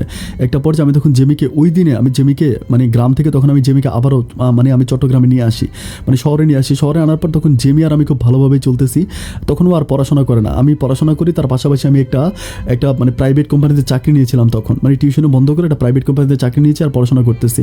এভাবে সামনের দিকে দিনগুলো অতিবাহিত হতে হতে আমি দেখতেছি যে আর মানে চলাফেরা করা খুব সম্ভব হয় না, আমার পড়াশোনা যে কোনো সময় বন্ধ হয়ে যেতে পারে। মানে আমি আসলে ওরে নিয়ে ওইখানে খুব ভালোভাবে চলাফেরা করতে পারতেছি না। হয় না যে মানে বাসা ভাড়া দেওয়া, তারপরে একটা ছোট চাকরি করে ওভাবে হয় না, পরিবার থেকেও কোনো সাপোর্ট পাই না। আব্বাকে আম্মাকে ফোন করি যে তোমরা আমাকে একটু হেল্প করো, কিছু টাকা পয়সা দাও, বাট তারা আমাকে টোটালি টাকা পয়সা দেওয়া বন্ধ করে দেয়। আমার বাবার কথা একটা যে আমার বাবা অন্য একটা ছেলেকে আইনা আমাদের সয় সম্পত্তিগুলো আমার আব্বা ওই ছেলের নামে লিখে দেবে এবং ওই ছেলেটাকে সালমাকে বিয়ে করাবে। সালমাকে বিয়ে করিয়ে তখন আমার আব্বা আম্মা সালমাকে আমাদের ঘরে রাখবে। আমার আব্বা আম্মার কথা একটা যে আব্বা আম্মা কখনো সালমাকে মানে আমার চাচাতো বোনকে আমাদের পরিবার থেকে আলাদা করবে না। দিন যত যাচ্ছে আমাদের কষ্টের মাত্রাগুলো ততই বাড়তেছে। আমি কোনো দিকেই ঠিক রাখতে পারতেছি না, না জেমিকে ঠিক রাখতে পারতেছি, না আমার পরিবারকে ঠিক রাখতে পারতেছি, না আমি কোনো কিছুই করতে পারতেছি।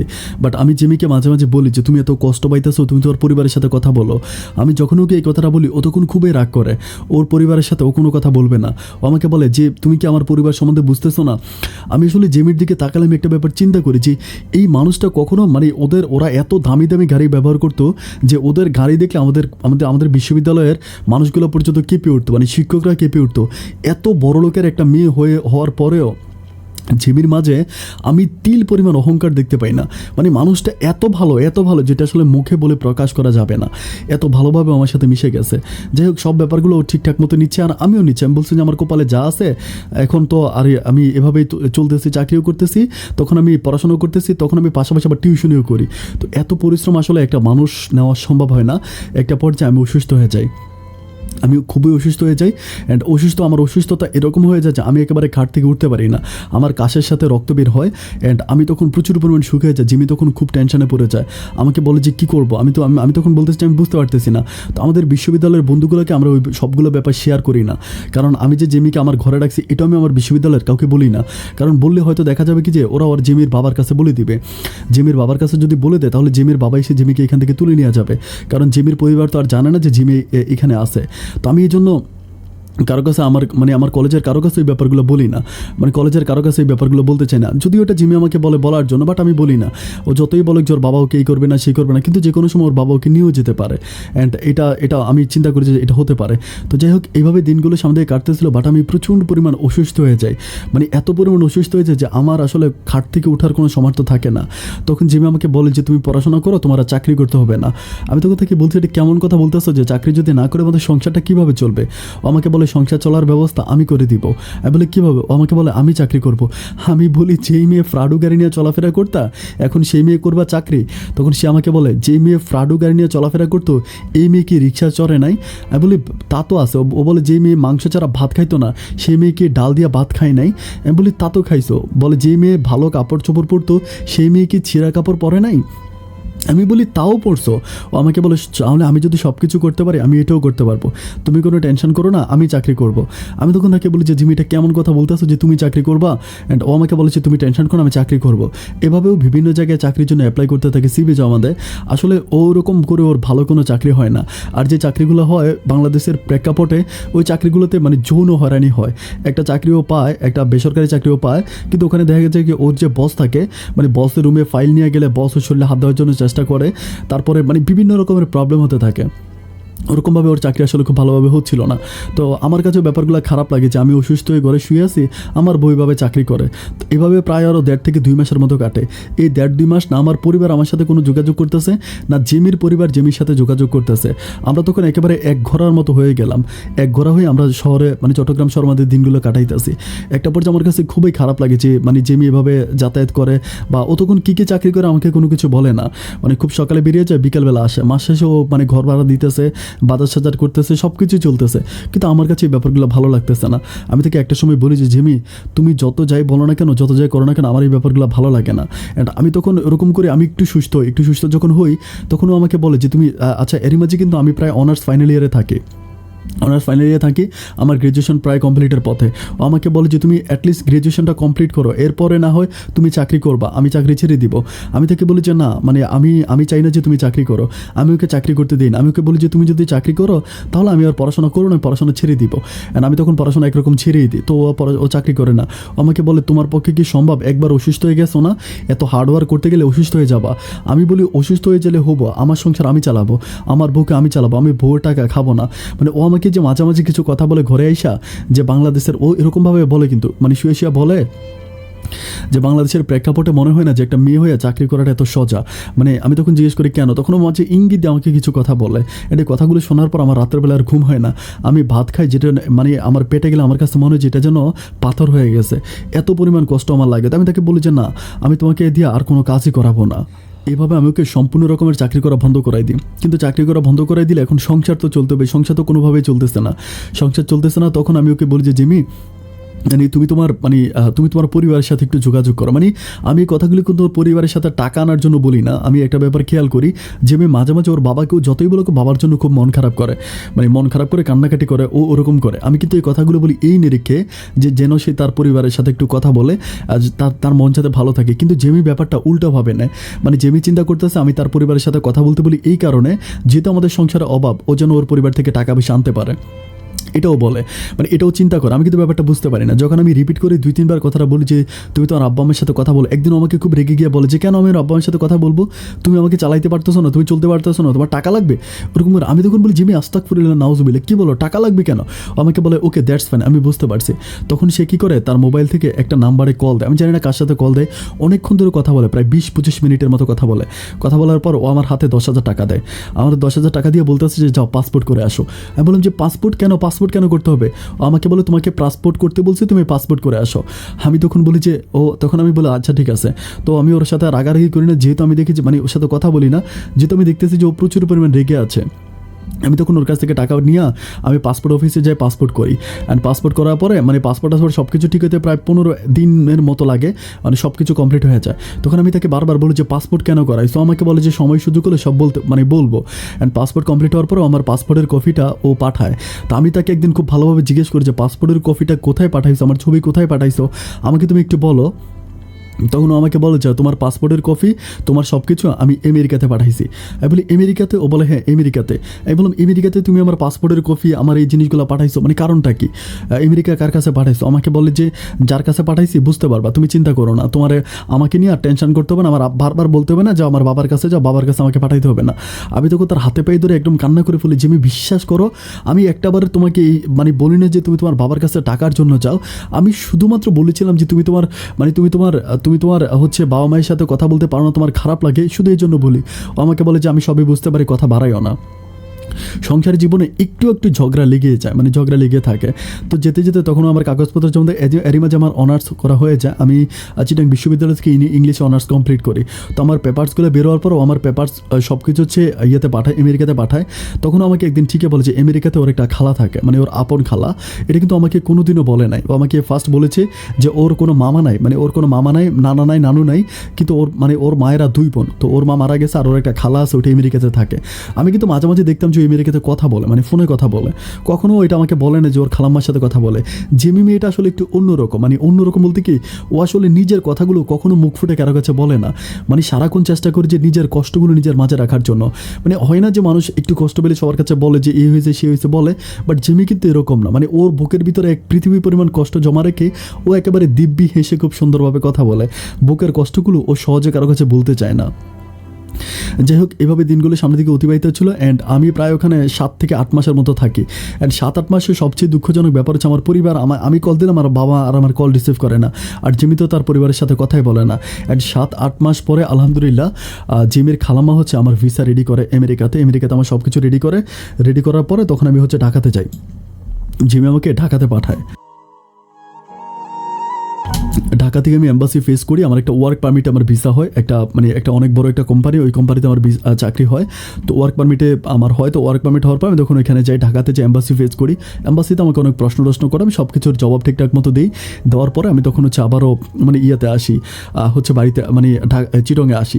আর চিটংয়ে আসার পরে তখন জিমি আমাকে ওর মানে খালাম্মা আমার সাথে কথা বলে। তো খালাম্মার সাথে কথা বলতে খালাম্মা বলতে হচ্ছে যে সব কিছু মেবি তোমার মানে 2 থেকে 2.5 মাসের ভিতরে হয়ে যাবে। হ্যাঁ, তো যেমন কথা তেমন কাজ। তখন আমি জিমিকে নিয়ে খুব টেনশনে পড়ে যাই, যে আমি যখন আমেরিকাতে চলে যাবো তাহলে জিমি কোথায় থাকবে। আমি তাকে বলি যে তুমি কোথায় থাকবো? আমাকে বলে আমি যেখানে সেখানেই থাকবো, অ্যান্ড তুমি গিয়ে আমার জন্য কাগজপত্র ঠিক করবা, পরে আমিও চলে যাব।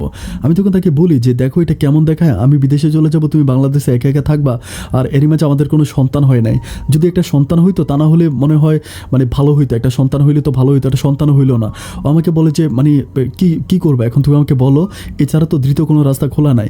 এভাবে দিনগুলো সামনের দিকে যাচ্ছিল। কিন্তু প্রায় 20 থেকে 25 দিন পরে একটা সুখের সংবাদ বেশি আসে। মানে 20 থেকে 25 দিন পরে আমার জিমি আমাকে জানায় যে তোমার দোয়া আল্লাহ কবুল করছে, আমি বাচ্চা কনসেপ্ট করছি।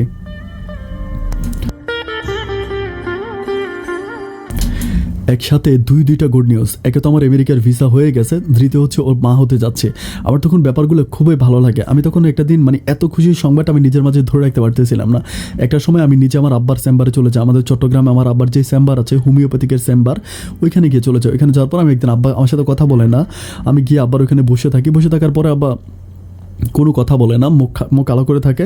আমি তখন বলেছি, আব্বা আমি তোমাকে মানে একটা কথা বলার জন্য আসছি, একটা কথা বলে চলে যাব। এখন আমার কথাটা যদি আমি তোমাকে না বলতে পারি তাহলে তুমি খুব কষ্ট পাবা। আমি কথাটা তোমাকে বলতে চাই। আমার আব্বা বলে যে ঠিক আছে বল। আমি বললাম যে আমি আমেরিকাতে চলে যাচ্ছি।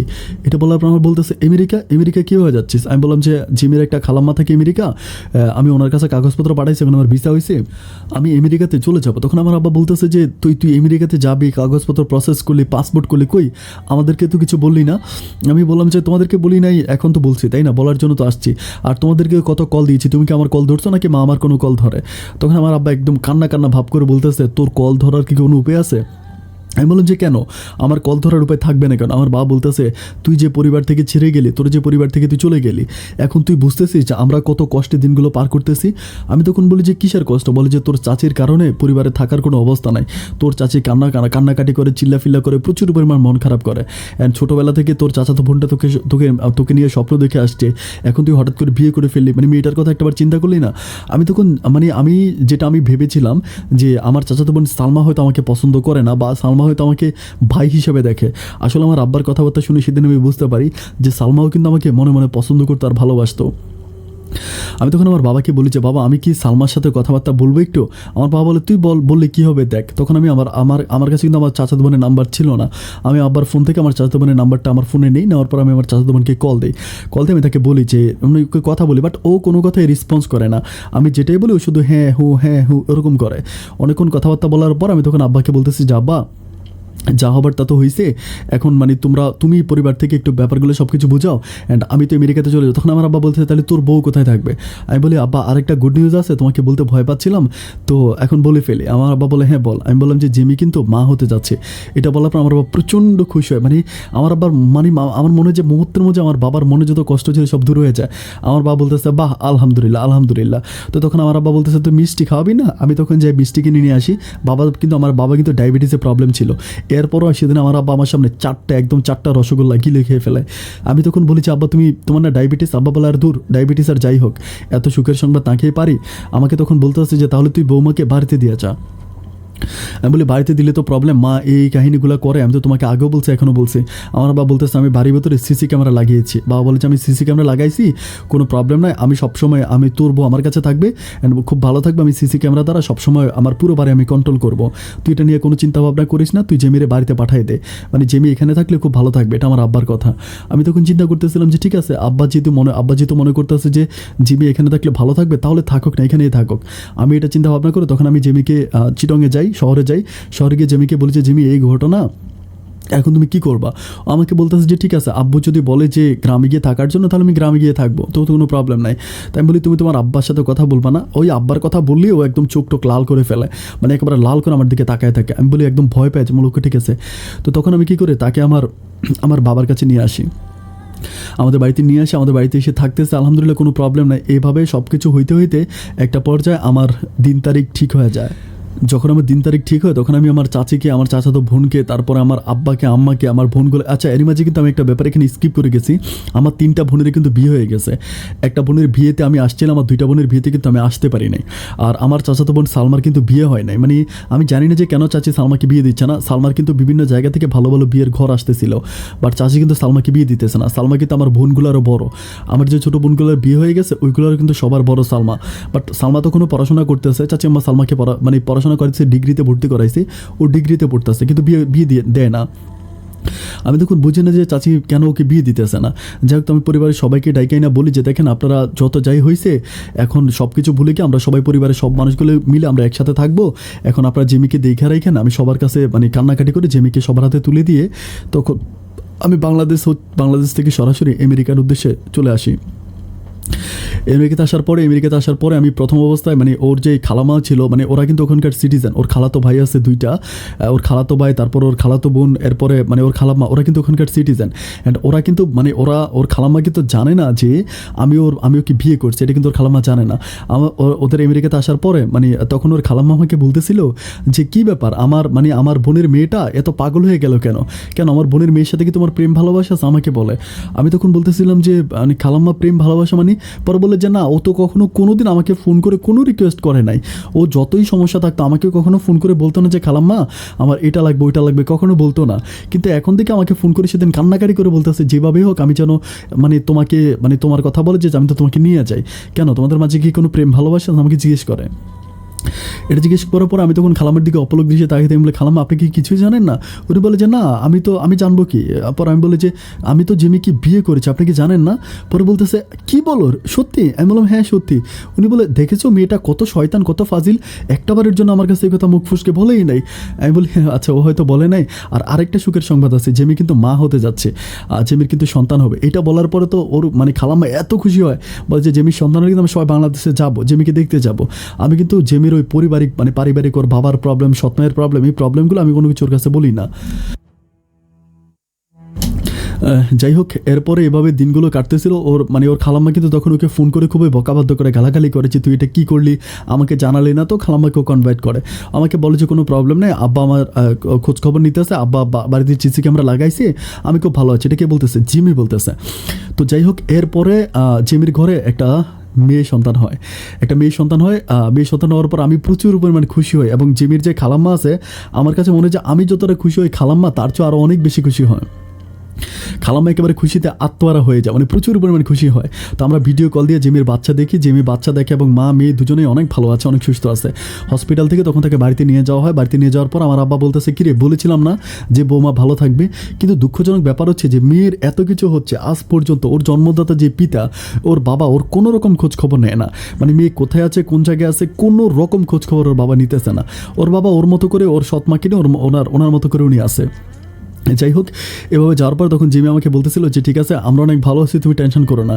প্রায় আমার 1 বছর মতো ওখানে কাটে, 1 বছর আমি তখন ওইখানে থাকি, ভালোভাবেই থাকি। আমেরিকাতে আমি খুব ভালোভাবেই থাকি।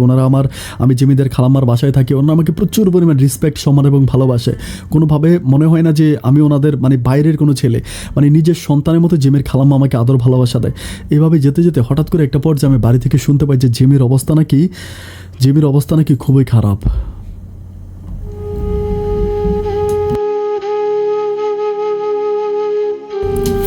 আমার বাবাকে ফোন করে বলতেছে যে অবস্থা খুবই খারাপ, মানে বমি কোনোভাবেই বন্ধ করা যাচ্ছে না, এবং শরীরের বিভিন্ন জায়গায় ফেটে গেছে, মানে শরীরের অনেক জায়গায় ফেটে গেছে, এবং ওগুলি থেকে রক্ত বেরোচ্ছে, এবং মানে ওর এরকম হয়েছে যে মানে মানুষের গায়ে বিসি যেরকম হয় না, মানে বিসি উঠলে যেরকম ফোঁড়ার মতো হয়, ফোঁড়ার মানে মল বেরো এরকম।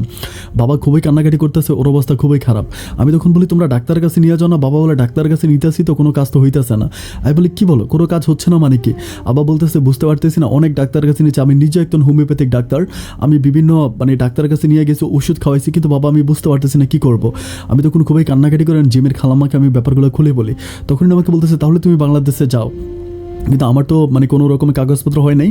উনি আমাকে কীভাবে আমেরিকান এম্বাসিতে নিয়ে যায়, ওইখানে নিয়ে আমার কাগজপত্র কেমনে কী করে আমি জানি না, ওইগুলো ঠিকঠাক করে তখন উনি আমেরিকা থেকে আমাকে বাংলাদেশে পাঠানোর পর আমি তখন যে জিমির অবস্থা এতটাই খারাপ হয়ে যায়, মানে এত খারাপ হয়ে যায় যে ভুলে বোঝানো যাবে না। আমি মানুষটাকে দেখে চিনতেই পারি না, মানে এত মোটা হয়ে গেছে, প্রচুর মোটা হয়ে গেছে, অ্যান্ড মানে গাল টাল সব ফেটে গেছে, মানে হয় না যে মানে সাপের মতো হয়ে গেছে ওই শরীরটা। আমি তখন চিন্তা করতেছি আমি এখন কী করবো। আমি তখন পাগলের মতো তাড়ি নিয়ে এখানে সেখানে দৌড়াদৌড়ি করতে থাকি। আমি তাকে ডাক্তারের কাছে নিয়ে যাই, বাট আমার কাছে মনে হয় বাংলাদেশের কোনো ডাক্তার আমি বাকি রাখি নাই। প্রত্যেকটা ডাক্তার কাছে নিয়ে যায় যে আমি ওকে মানে চিকিৎসা করানোর জন্য, বাট কোনো চিকিৎসা করাইতে পারি না। অনেক জায়গায় নিয়ে যায়। আমার কাছে মনে হয় যে আমি প্রায় 17-18 লাখ টাকার মতো নষ্ট করি ওর জন্য, অ্যান্ড সম্পূর্ণ টাকাগুলোই মানে আমেরিকা থেকে ওর খালাম্মা পাঠায়। আমেরিকা থেকে ওর খালাম্মা টাকা পয়সা পাঠায়, সেই টাকা দিয়ে আমি ওর চিকিৎসা করতেছি, কিন্তু কোনোভাবেই উন্নত হচ্ছে না। আমি ওকে ইন্ডিয়াতে পর্যন্ত নিয়ে যাই, ইন্ডিয়াতে নিয়ে ট্রিটমেন্ট করি, বাট ইন্ডিয়াতে কোনো কিছু করতে পারতেছি না। সবশেষ ওর খালাম্মা বলতেছে যে ঠিক আছে তাহলে তুমি আমেরিকাতে নিয়ে আসো। আমেরিকাতে নিয়ে আসো, ওইখান থেকে আমি সব কিছু ঠিক করবো। তখন ওর খালাম্মা ওইখান থেকে কাগজপত্র সব কিছু পাঠায় যে মানে সব কিছু ঠিক করে। তো আমি ওকে নিয়ে অ্যাম্বাসিতে যাই। অ্যাম্বাসিতে গিয়ে আমি আমাদের এখানকার চিটংয়ের আরও কিছু নামি জামি লোকজন থাকে, ওদের কাছ থেকে সব কিছু ঠিকঠাক করার পরে আমি তখন ওকে নিয়ে মানে চলে যাব, মানে ওকে নিয়ে যাবো। তো এরই মাঝে আমি বলি যে তুমি তোমার বাবার কাছে যাবা। ও আমাকে বলে যে তুমি আমার মাথায় হাত দিয়ে শপথ করো, আমি মরে গেলেও কখন আমার বাবাকে তুমি বলবা না। আমি বলি কেমন কথা বলতেছো? আমাকে বল আমি যদি কখনো মরেও যাই তাও কিন্তু তুমি আমার বাবার কাছে যাবা না, আমার বাবাকে কিছু বলবা না। তুমি বারবার বাবার কথা বলো বলে আমি তোমাকে আমেরিকাতে পাঠাইছি। আমি তখন তারে বলতেছি যে জিমি এটা তুমি কি বলতেছো, সব ঠিক হয়ে যাবে, তুমি টেনশন করো না। এরপরে যাক আলহামদুলিল্লাহ আমি ওর ভিসা টিসা সব কিছু ঠিক করে আমি আমেরিকা নিব, ওইখানে গিয়ে ওকে ট্রিটমেন্ট করাবো। তো যেদিন নিয়ে যাব তার ঠিক আগের দিন শুক্রবার ছিল, মানে শুক্রবার ছিল, আমি জুমার নামাজ পড়ে আসছি। জুমার নামাজ পড়ে আমি সেদিন মসজিদে অনেক মিষ্টি দিয়েছি, মসজিদে মিষ্টি দিয়েছি এবং সবার কাছ থেকে দোয়া চেয়েছি যে আমার বউর জন্য সবাই দোয়া করবেন, আমার বউর অবস্থা ভালো না, আমার বউর অবস্থা খুব খারাপ। ইমাম সাহেব দোয়া করছে। তো নামাজ পড়ে আসছি, নামাজ পড়ে আসার পর আমি দেখতেছি যে জেমির অবস্থা খুবই খারাপ।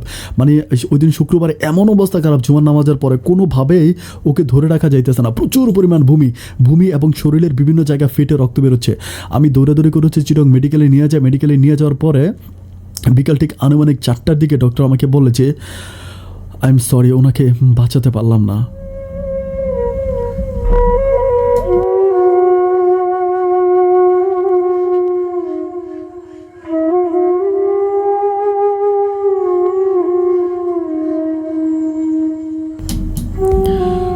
কথাটা শোনার পর আমার কাছে বিশ্বাস হচ্ছিল না। আমি তখন চিন্তা করতেছি এটা আমার এই যে মেয়েটা আমাকে তার বাবার অর্থ আভিজাত্য সব কিছু ছেড়ে আমার হাতটা ধরে আমাকে ভালোবেসেছিল।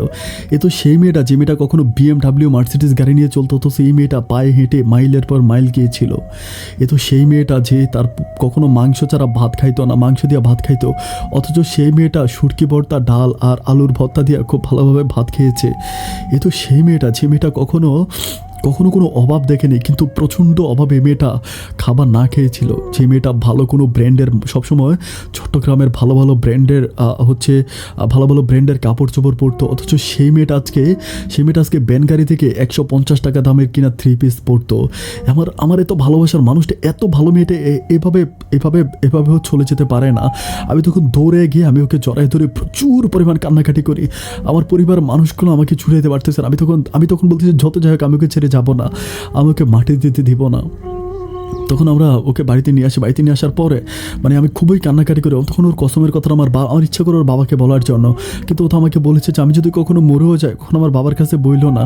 আমি তখন ওর খালাম্মাকে ফোন করে, ওর খালাম্মা তখন বলতেছে তারা বলতেছে যে তারা আসবে, অ্যান্ড তারা তো আসতে পারতেছে না। তখন একটু প্রবলেম ছিল, লাইক হচ্ছে বাংলাদেশে পৃথিবীতে একটা রোগ আসছিল, আপনারা জানেন, ওই রোগটা তখন প্রথম আসতেছিল, তো যার জন্য উনি আসতে পারতেছে না। তো উনি বলে যে উনি আসবে, মানে আসবে এটা বলতেছে। তো নিয়ে যাওয়ার পরে আমার ওকে গোসল করানোর পরে আমি আসলে ভুলে বুঝাতে পারবো না। ওর মুখটা যখন খোলা হয় আমি ওর মুখের দিকে তাকাই থাকি, মানে এত সুন্দর, মানে প্রতিভার মতো একটা মানুষের ঢাকর চোখগুলা ওর, মানে এত সুন্দর লাগতেছিল। মানে ওর মুখের দিকে তাকালে মনে হয় না যে মানুষটা মরে আছে। আমি তখন সবাই ডাইকা বলতেছি যে আসেন দেখে যান আমার জেমি কিন্তু মরে নাই। আরে আপনারা আসেন, কে বলতেছে জেমি মরে গেছে? এই দেখেন জেমির চোখ নড়তেছে, যে চোখের পাপড়ি নড়তেছে, দেখেন চোখের পাপড়ি নড়ে, ঘুমিয়ে আছে। আরে ভাই, একটা মানুষ যদি ঘুমিয়ে থাকে তার চোখের পাপড়ি নড়ে, দেখেন যে জেমির চোখের পাপড়ি নড়তেছে, জেমি কিন্তু মরে নাই। আপনারা আসেন আর দেখেন। আমি প্রচুর পরিমাণ পাগলামি করে আমি জেমিকে মাটি দিতে দেই না। আর যখন শেষ পর্যন্ত কবরের কাছে নিয়ে যায় তখন আমি তাকে জড়ায় ধরে থাকি। আমি বলেছি পৃথিবী উল্টায় যেতে পারবে, আমি আমার জেমিকে মাটি দিতে দিব না। অ্যান্ড সবশেষ তারা আমাকে ধরে রেখে জেমিকে যখন সাদা কাপড় পরিয়ে আমার জেমিকে যখন মাটির কবরে শোয়া দেয়, তখন আমি দৌড় দিয়ে কবরে গিয়ে শুয়ে যাই। কবরে গিয়ে শুয়ে আমি জেমিকে ধরে চিৎকার করে কান্না করতে থাকি আর আল্লাহকে বলতে থাকি যে আল্লাহ, আমার হয়ারটা যদি তুমি একটু কমিয়ে দাও, আল্লাহ প্লিজ তুমি এই মুহূর্তে জেমির সাথে আমাকে নিয়ে যাও, আল্লাহ তুমি এই মুহূর্তে জেমির সাথে আমাকে নিয়ে যাও, আল্লাহ প্লিজ তুমি জেমির সাথে আমাকে নিয়ে যাও আল্লাহ। আমি তখন প্রচুর কান্নাকাটি করতে থাকি। কবর থেকে আমার গ্রামের মানুষগুলো খুব কষ্ট করে টেনে হিঁচড়ে আমাকে উপরে উঠায়। একটা পর্যায়ে তারা একটু করে আমার জেমির কবরের উপরে ওরা বাঁশ দিয়ে দেয়, বাঁশের উপরে ওরা কলা পাতা দেয়, কলা পাতার উপরে ওরা মাটি ঢালতে থাকে। একটু ফাঁকা জায়গা থাকে, ফাঁকা জায়গাগুলো দিয়ে ওরা শাবল দিয়ে, খুন্তি দিয়ে, কুড়াল দিয়ে ওরা কি করে খুব শক্ত করে মাটিগুলো ফেলে দেয়, যাতে কোনোভাবে আমার জেমি কবরের চিৎকার করলো, যাতে আমার জেমির চিৎকারের শব্দ যাতে কবর থেকে বাইরে না আসে। আমি কবরে শুয়ে চিৎকার করে কান্নাকাটি করতেছিলাম। আমি যেন কান্না করতে অজ্ঞান হয়ে যাচ্ছি। একটা পর্যায়ে আমাকে সবাই ধরাধরি করে আমাকে বাড়িতে আনার পর আমি প্রায় অজ্ঞানের মতো থাকি। কতক্ষণ পর আমার জ্ঞান ফিরে আমি জানি না। জ্ঞান ফেরার পর আমি তখন একেবারে দিশেহারা হয়ে যায়, পাগলের মতো হয়ে থাকি। তখন একটা পর্যায়ে এভাবে 2 দিন কাটে। 2 দিন পরে জিমের খালাম্মা হচ্ছে আমেরিকা থেকে আসার পরে জিমির মেয়েটাকে কোলে নেয়। জিমির মেয়েটা আমার মেয়েটাকে কোলে নেয়। আর আমার মেয়েটা এত সুন্দর ছিল। আমার মেয়েটার নাম রেখেছিলাম ইবানা হোসেন, ইমা। আমার মেয়েটার নাম রেখেছিলাম ইমা। তখন উনি ইমাকে কোলে নিয়ে আমার ইমাকে প্রচুর পরিমাণ আদর করে, অনেক চুমো দেয়, কপালে চুমো দেয়, খুব আদর করে। আমার মেয়েটাকে বুকে জড়ায় ধরে এবং উনি জেমির কভারের কাছে যায়, জেমির কভারের জিয়ারত করে। আমাকে বলতেছিল যে বাবা তুমি চলো, তুমি আমেরিকাতে চলো, তুমি চলে যাও। আমি বলেছি যে না, আমি আর আমেরিকাতে যাবো না। উনি আমাকে বলে যে না। আমি বললাম আমি আমেরিকাতে গিয়ে আমি আমার জেমিকে পাঠাইছি, কারণ আমার জিমি আমার সাথে ছিল, ও কিন্তু মরে নাই। আমি যেদিন আমেরিকাতে চলে গেছে আমার জেমি কিন্তু সেদিনে মরে গেছে। আমি আমেরিকাতে যাওয়ার পরে কিন্তু ওরা আমার জেমিকে মেরে ফেলছে। কিন্তু সবচেয়ে দুঃখজনক ব্যাপার হচ্ছে কিছুদিন পরে এভাবে কাটতে যখন আমি যখন জেমির ঘর পরিষ্কার করতেছিলাম, তখন আমি জেমির যে বালিশ আছে, বালিশের ভিতরে আমি অনেকগুলো তাবিজ পাই। তারপরে আমি তাবিজটা পাওয়ার পর আমি আমাদের এলাকার একজন হুজুরের কাছে তাবিজটা নিয়ে যাই। হুজুরের কাছে তাবিজটা নিয়ে যাওয়ার পরে হুজুরকে যখন আমি জিজ্ঞেস করি যে তাবিজটা কিসের, তখন হুজুর আমাকে বলতেছে এগুলো বান মারা তাবিজ, মানে ব্ল্যাক ম্যাজিক বান মারা তাবিজ। আমি তখন হুজুর বলতেছে আপনার ঘরে আরও তাবিজ আছে। উনি তখন আমার সাথে আইসা আমার ঘরের বিভিন্ন জায়গা থেকে, আমার পাকঘর থেকে তাবিজ উঠায়, আমার খাটের নিচ থেকে তাবিজ উঠায় এবং বালিশের ভিতর থেকে তাবিজ উঠায়, বিভিন্ন জায়গা থেকে তাবিজ ওঠায় এবং আমি ওকে জিজ্ঞেস করেছি তাবিজগুলো কে করছিল, বলতে পারবেন কেন? উনি বলে যে তাবিজের মধ্যে কোনো নাম উল্লেখ করা নাই, শুধু যার জন্য করা হয়েছে তার নাম লেখা আছে এখানে, জিমিকে। আমি বললাম জিমি আমার বউ। পরে বলে যে তো মারা গেছে। আমি বলি হ্যাঁ মারা গেছে। পরে ওই মেয়েটাকে তাবিজ করা হয়েছিল, কিন্তু তাবিজ যে করছে তার নামটা কিন্তু এখানে নাই। এইভাবে মানে তখন উনি বিভিন্ন জায়গা থেকে অনেক তাবিজ তোমার উঠায়। আমি তখন বারবার কপাল থাপড়াইতেছে, চিন্তা করতেছি হাই রে, আমি যদি ডাক্তারের কাছে দৌড়াদৌড়ি না করে একটা বার কোনো কবিরাজের কাছে নিতাম, তাহলে হয়তো আমি জেমিকে বাঁচাইতে পারতাম। কবিরাজের কাছে নিলে আমার জেমি বাইচা যেত। আমি খুবই কান্না করছি, আমি কেন কবিরাজের কাছে নিলাম না, আমি কেন কবিরাজের কাছে নিয়ে গেলাম না। যাই হোক, এভাবে আরও দিনগুলো কাটতেছে। এখন একটা পর্যায়ে আমার চাচি আমাকে বলতেছে যা হবার তা তো হয়ে গেছে, এখন একটা কাজ করো যে তুমি তোমার চাচাতো বোনকে বিয়ে করে ফেলো। তোমার যেহেতু মেয়েটা আছে, তোমার ওই ইমাকে দেখার জন্য একটা মানুষ দরকার, তুমি তোমার চাচাতো বোনকে বিয়ে করো। আমি তখন বলি যে চাচি, আমার জীবনে আমি যাকে মন প্রাণ উজাড় করে ভালোবেসে সে আমার কাছ থেকে চলে গেছে এবং সে আমাকে একটা মানিক দিয়ে গেছে। আমার ওই আমার ইমাকে বুকে নিয়ে আমি আমার সারাটা জীবন কাটাই দিব। চাচি আমি আর কখনো বিয়ে করবো না, আপনি আমাকে বিয়ের কথা বললেন না। এভাবে আজকে প্রায় 2 বছরের মতো বেঁচে আছি। আপন ভাই, এই 2টা বছরে আমি কোনোদিন কারো কাছে গিয়ে বিন্দুমাত্র শান্তি বা ভালোবাসা পাই নাই। এই 2 বছরের মাঝে আমার কাছে মনে হয় একটা প্ল্যাটফর্ম আছে, যে প্ল্যাটফর্মে গিয়ে আমি একটু শান্তি খুঁজে পাই, সেটা হচ্ছে আপন ইউটিউব চ্যানেল। ওখানে গেলে ভাই আমি বিভিন্ন দুঃখী মানুষের জীবনের গল্প শুনতে পারি, আমার কাছে খুব ভালো লাগে। আপনার মুখে শোনা মানুষের জীবনের গল্পগুলো শুনতে আমার দিনগুলো কেটে যায়। আপন ভাই, এমন কোনো দিন নাই যে আমি 5-6টা করে আপনার জীবনের গল্পগুলো শুনি না। প্রত্যেক দিন আপনার জীবনের গল্পগুলো শুনে এখন আমি না, আমার মেয়েও আপনার গল্প শুনতে খুব পছন্দ করে। আমি আমার মেয়ের কানে হেডফোন দিয়ে রাখি, আমার মেয়েটা আমার বুকে শুয়ে আপনার জীবনের গল্পগুলো শোনে। আপন ভাই, আমি জানি না যে আপনি আমার এই গল্পটা প্রচার করবেন কিনা, তবে ভাই রিকোয়েস্ট করবো যদি পারেন আমার গল্পটা একটু প্রচার করবেন। আপনি যদি বাংলাদেশে থাকতেন, আমি স্টুডিওতে গিয়ে আপনাকে আমার জীবনের গল্পগুলো বলতাম। যেহেতু বাংলাদেশে নাই ভাই, আপনি যেখানে আছেন ওইখান থেকে আমার গল্পটা প্রচার করবেন। গল্পটা প্রচার করার আগে আমাকে একটু বলে দেবেন, আমি গল্পটা শুনবো ভাই। আপনি পোস্ট করার পর আমি শুনবো। আপন ভাই, আপনার যারা আপনার সাবস্ক্রাইবার যারা আছে সবার প্রতি আমার সম্মান ভালোবাসা এবং আমার পক্ষ থেকে সবাইকে সালামটা পৌঁছে দেবেন। আপন ভাই, আজকের মতো এতটুকুই লিখলাম। যদি পারেন আমার সাথে যোগাযোগ করবেন, এটা আমার ফোন নাম্বার। আপনি অনেক ভালো থাকবেন ভাই। আসসালামু আলাইকুম।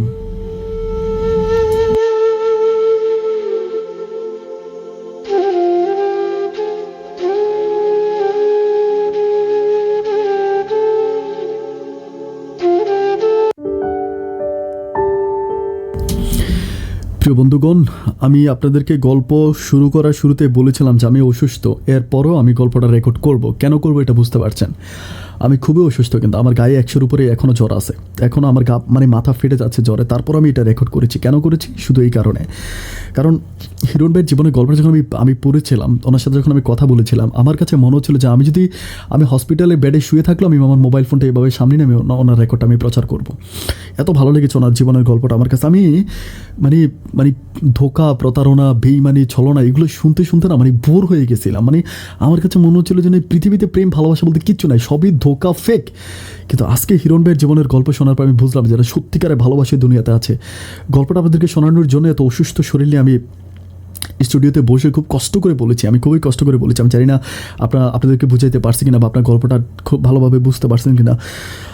আমি জেমির ব্যাপারে বা হিরণ, জেমি তো মারাই গেল, জেমিকে আল্লাহ ভালো রাখুক, জান্নাত নসিব করুক। আমি আল্লাহর কাছে খাস করে দোয়া করি, ভালো মেয়ে, মানে অত্যন্ত ভালো মেয়ে ছিল। মন থেকে বলি যে আল্লাহ যদি আমার দোয়া কোনোদিন, কোনো দোয়া আল্লাহ যদি, মানে কোনো দোয়া আল্লাহ আবার কবুল করে, আল্লাহ যেন আমার মানে জেমির দোয়াটা যাতে কবুল। আমার একটা ইতিমখানা আছে, দর্শক বন্ধুরা, সেটা আপনাদেরকে বলেছিলাম যে ইউটিউবের প্রায় মেজরিটি পার্সেন্ট টাকা দেবের এতিমখানাটা চলে। সেই এতিমখানার যিনি হুজুর আছে তোফাজ্জল সাহেব, ওনাকে আমি কারি তোফাজ্জলকে আমি বলেছিলাম যে জেমির জন্য যাতে একটা মাদ্রাসা একটা দোয়ার একটা আয়োজন করে, বাচ্চাদেরকে একটু ভালো করে খাওয়ায় এবং হচ্ছে মানে সবাই মিলে একটু কোরআন তালাওয়াত করে এবং জেমির জন্য দোয়া করে। এটা আমি আমার হচ্ছে এতিমখানায় বলেছিলাম। যদিও হিরণ ভাই আমার এতিমখানার জন্য অনেক সহযোগিতা করতে চেয়েছিল। আমি বলেছিলাম যে ভাই, ইউটিউবে আমি যাদের জীবনের গল্প প্রচার করব বা ইউটিউবের কোনো কর্তৃপক্ষের কাছ থেকে আমি কখনোই আমার এতিমখানার জন্য টাকা নিব না। এটা আমি যখন ইউটিউবটা চ্যানেলটা শুরু করি তখনই বলেছিলাম, কারণ আপনারা এখান থেকে আমাকে যে পরিমাণ সাপোর্ট করেন, যদি আমার এতিমখানা খুব ভালো চলে, আপনাদের কাছ থেকে নগদ টাকা আমার নিতে হয় না, আমার এতিমখানা অনেক ভালো আছে। তো হিরণ ভাই এখন মোটামুটি অনেক ভালো আছে। আরেকটা ব্যাপার এখানে কিন্তু উনি বলেছিল যে ওনার যে মানে খালা শাশুড়ি ছিল আর কি, খালা ওনার যে মানে জেমির যে খালাম্মা ছিল, খালাম্মা কিন্তু বলেছিল যে জেমির বাবার কাছ থেকে সম্পদ নিয়ে দিবে, যেহেতু ওনার মেয়ে মারা গেছে। বা এরপর থেকে কিন্তু হিরণ ভাই কিন্তু জেমির বাবার কাছে যায় না, কারণ বউ যেইভাবে শপথ করেছিল যে কোনোদিন আমার বাবার কাছে যাবা না, তখন হিরণ কিন্তু আর কখনোই তার মানে শ্বশুরের কাছে যায় না বা শাশুড়ির কাছে যায় না।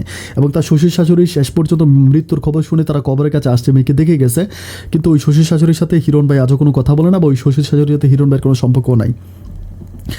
দর্শক বন্ধুরা, আজকে আমি আপনাদেরকে একটা কথা বলে যাই, সেটা হচ্ছে যারা কথাটা আমার একটু মনে রাখবেন, আসলে কথাটা প্রথমেই বলা দরকার ছিল, যেহেতু প্রথমে বলতে পারেন এখন বলি। যারা জীবনের গল্প বলতে চান, যারা মনে করেন যে আমার স্টুডিওতে এসে আপনার জীবনের গল্পটা আমাকে বলবেন, কুমিল্লা শহরেই কান্দির পাড়ে আমার নতুন অফিস হতে যাচ্ছে, আর আমরা নতুন করে অফিস বানাচ্ছি, ওইখানে হচ্ছে আপনারা এসে আপনাদের জীবনের গল্পগুলি বলতে পারেন। যারা সরাসরি সেই গল্প বলতে চান, বাংলাদেশের মানুষ, আর যারা দেশের বিভিন্ন জায়গা থেকে বলবেন বা যারা আসতে পারবে না, তাদের গল্পগুলো আমি এভাবে প্রচার করব। আর যারা এসে গল্প বলতে চান, তারা আমার স্টুডিওতে এসে গল্প বলতে পারবেন। এটার জন্য আপনাকে যেটা করতে হবে, শুধুমাত্র এখানে যে ইমো নাম্বারটা দেওয়া আছে, সেই ইমো নাম্বারে কন্ট্যাক্ট করতে হবে, আপনার ঠিকানা আমাকে লিখে পাঠাতে হবে। ওই ঠিকানা অনুসারে আমাদের হচ্ছে টিমে যারা আছে, আমাদের টিমের যারা আছে, তারা গাড়ি নিয়ে আপনার বাড়িতে চলে যাবে। আপনি যেখানেই থাকেন, বাংলার যেই প্রান্তে থাকেন, আপনার কাছে আমার টিম মেম্বাররা পৌঁছে যাবে, ওইখান থেকে আপনাকে রিসিভ করে আমার গাড়ি করে আপনাকে নিয়ে আসবে। আপনার গল্প শেষ হওয়ার পরে যথারীতি আমার টিমের যারা আছে, আমার ড্রাইভার, আমার টিম মেম্বার, তারাই আপনাকে আবার আপনি যদি আপনার বাসায় দিয়ে আসবে। আপনি যদি মেয়ে হয়ে থাকেন তাহলে আমাদের টিমে মেয়ে আছে, মেয়েরা যাবে। আর আপনি যদি ছেলে হয়ে থাকেন তাহলে আমার টিমে ছেলেরা আছে, ছেলেরা গিয়ে আপনাকে রিসিভ করে আনবে এবং খুবই সম্পানে আপনাকে আবারও পৌঁছে দেবে। আমার ওই হচ্ছে যেই হতে যাচ্ছে, যেই স্টেশন হতে যাচ্ছে, আমার ওই স্টুডিও কিন্তু একেবারে সিসি ক্যামেরা দ্বারা নিয়ন্ত্রিত, মানে সম্পূর্ণ সিসি ক্যামেরা দ্বারা নিয়ন্ত্রিত হবে। কিন্তু এখানে একটা ব্যাপার বলে রাখে, যারা জীবনের গল্প বলতে আসবেন তারা আগে ভিডিও কল আমার সাথে কনফার্ম হয়ে আসবেন যে আপনি আমার কাছে আসতেছেন, কারণ বাংলাদেশে অনেক প্রতারণা আছে। তো আমি চাই না যে কেউ প্রতারণার খাপ্পরে পড়েন। যারা জীবনের গল্প বলতে আসবেন তারা আগে ভিডিও কল আমার সাথে কথা বলবেন, মানে আপনি আমার সাথে ভিডিও কলে কথা বলে কনফার্ম হয়ে নেবেন যে আমি আপনাকে আসতে বলেছি। আমি যখন আপনাকে ভিডিও কলে কথা বলে আমি আপনাকে বলবো যে আপনি আসেন, আপনি তখনই আসবেন।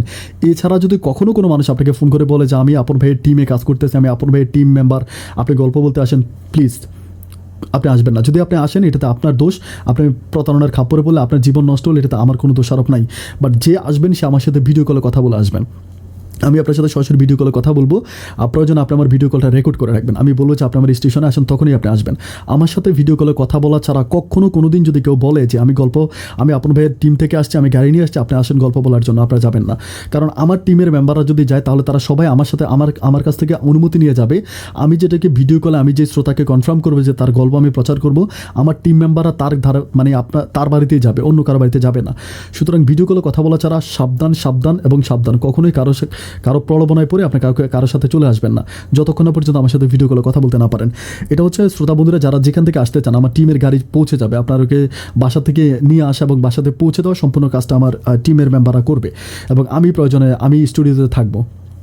যারা স্টুডিওর সাথে গল্প বলতে চান তাদের জন্য একটা সুখবর। আর যারা এভাবে হচ্ছে গল্প আমার মুখ থেকে আপনার গল্পটা শোনাতে চান বা বিভিন্ন দেশ থেকে আপনি আসতে পারেন না, তারা গল্প লিখে পাঠাবেন। দর্শক বন্ধুরা, আমি হিরণ ভাইয়ের ব্যাপারে একটা ব্যাপার আমার কাছে এখানে কনফিউজড মনে হচ্ছে, যেটা লাস্ট পর্যন্ত বলেছিল যে ওনার মানে জেমিকে তাবিজ করার ব্যাপারটা। আমি কাউকে মেন করতে চাই না, কারণ আমি মেন করতে চাই না, আপনারা নিজেরাই জানেন যে তাবিজটা কে করতে পারে এবং আমার কাছে ওই মানুষটার নামটাই মনে হয়। আমি বলতে চাই না, যেহেতু হিরণ ভাই ওই নামটা আমাকে বলে না, হিরণ ভাই আমাকে বলে না, যার জন্য আমি নিজেও বলতে চাই না। তবে যে তাবিজটা করেছে আমি দোয়া করি আল্লাহ তাকে হেদায়েত করে, যদি হেদায়েত করতে না পারে তাকে গজব দেখ, হয় হেদায়েত করে দেখ, নাহলে তারা গজব দিয়ে ধ্বংস করে দেখ। প্রিয় বন্ধুগণ, সবাই অনেক ভালো থাকবেন, সুস্থ থাকবেন, আর অবশ্যই ইমার জন্য দোয়া করবেন। ইমা হচ্ছে হিরণ ভাইয়ের মেয়ে। ইমা যেন ভালো থাকে, খুব ফুটফুটে একটা সুন্দর মেয়ে, আমার একজন ছোট্ট লিসেনার্স, আমার গল্প শুনে যদিও কোনো কিছু বোঝে না, হেডফোন কানে দেওয়া থাকে, ওর জন্য সবাই দোয়া করবেন। আপনারা সবাই অনেক ভালো থাকবেন, সুস্থ থাকবেন। আপনাদের সুস্থ থাকার প্রত্যাশা আপনাদের আপন। আর যে আপন জীবনের গল্পের অনুষ্ঠানে আমি এখানে বিদায় নিচ্ছি। অন্য কোনো দিন অন্য কারো জীবনের গল্প নিয়ে হয়তো তাকে পাশে বসিয়ে কিংবা আমার কণ্ঠে শোনাবো, হাজির হয়ে যাব জীবনের গল্পে এই অনুষ্ঠানে। সেই পর্যন্ত সবাই ভালো থাকবেন আর সুস্থ থাকবেন, এই শুভকামনায় আজকের মতো এখানে বিদায়। ধন্যবাদ সবাইকে।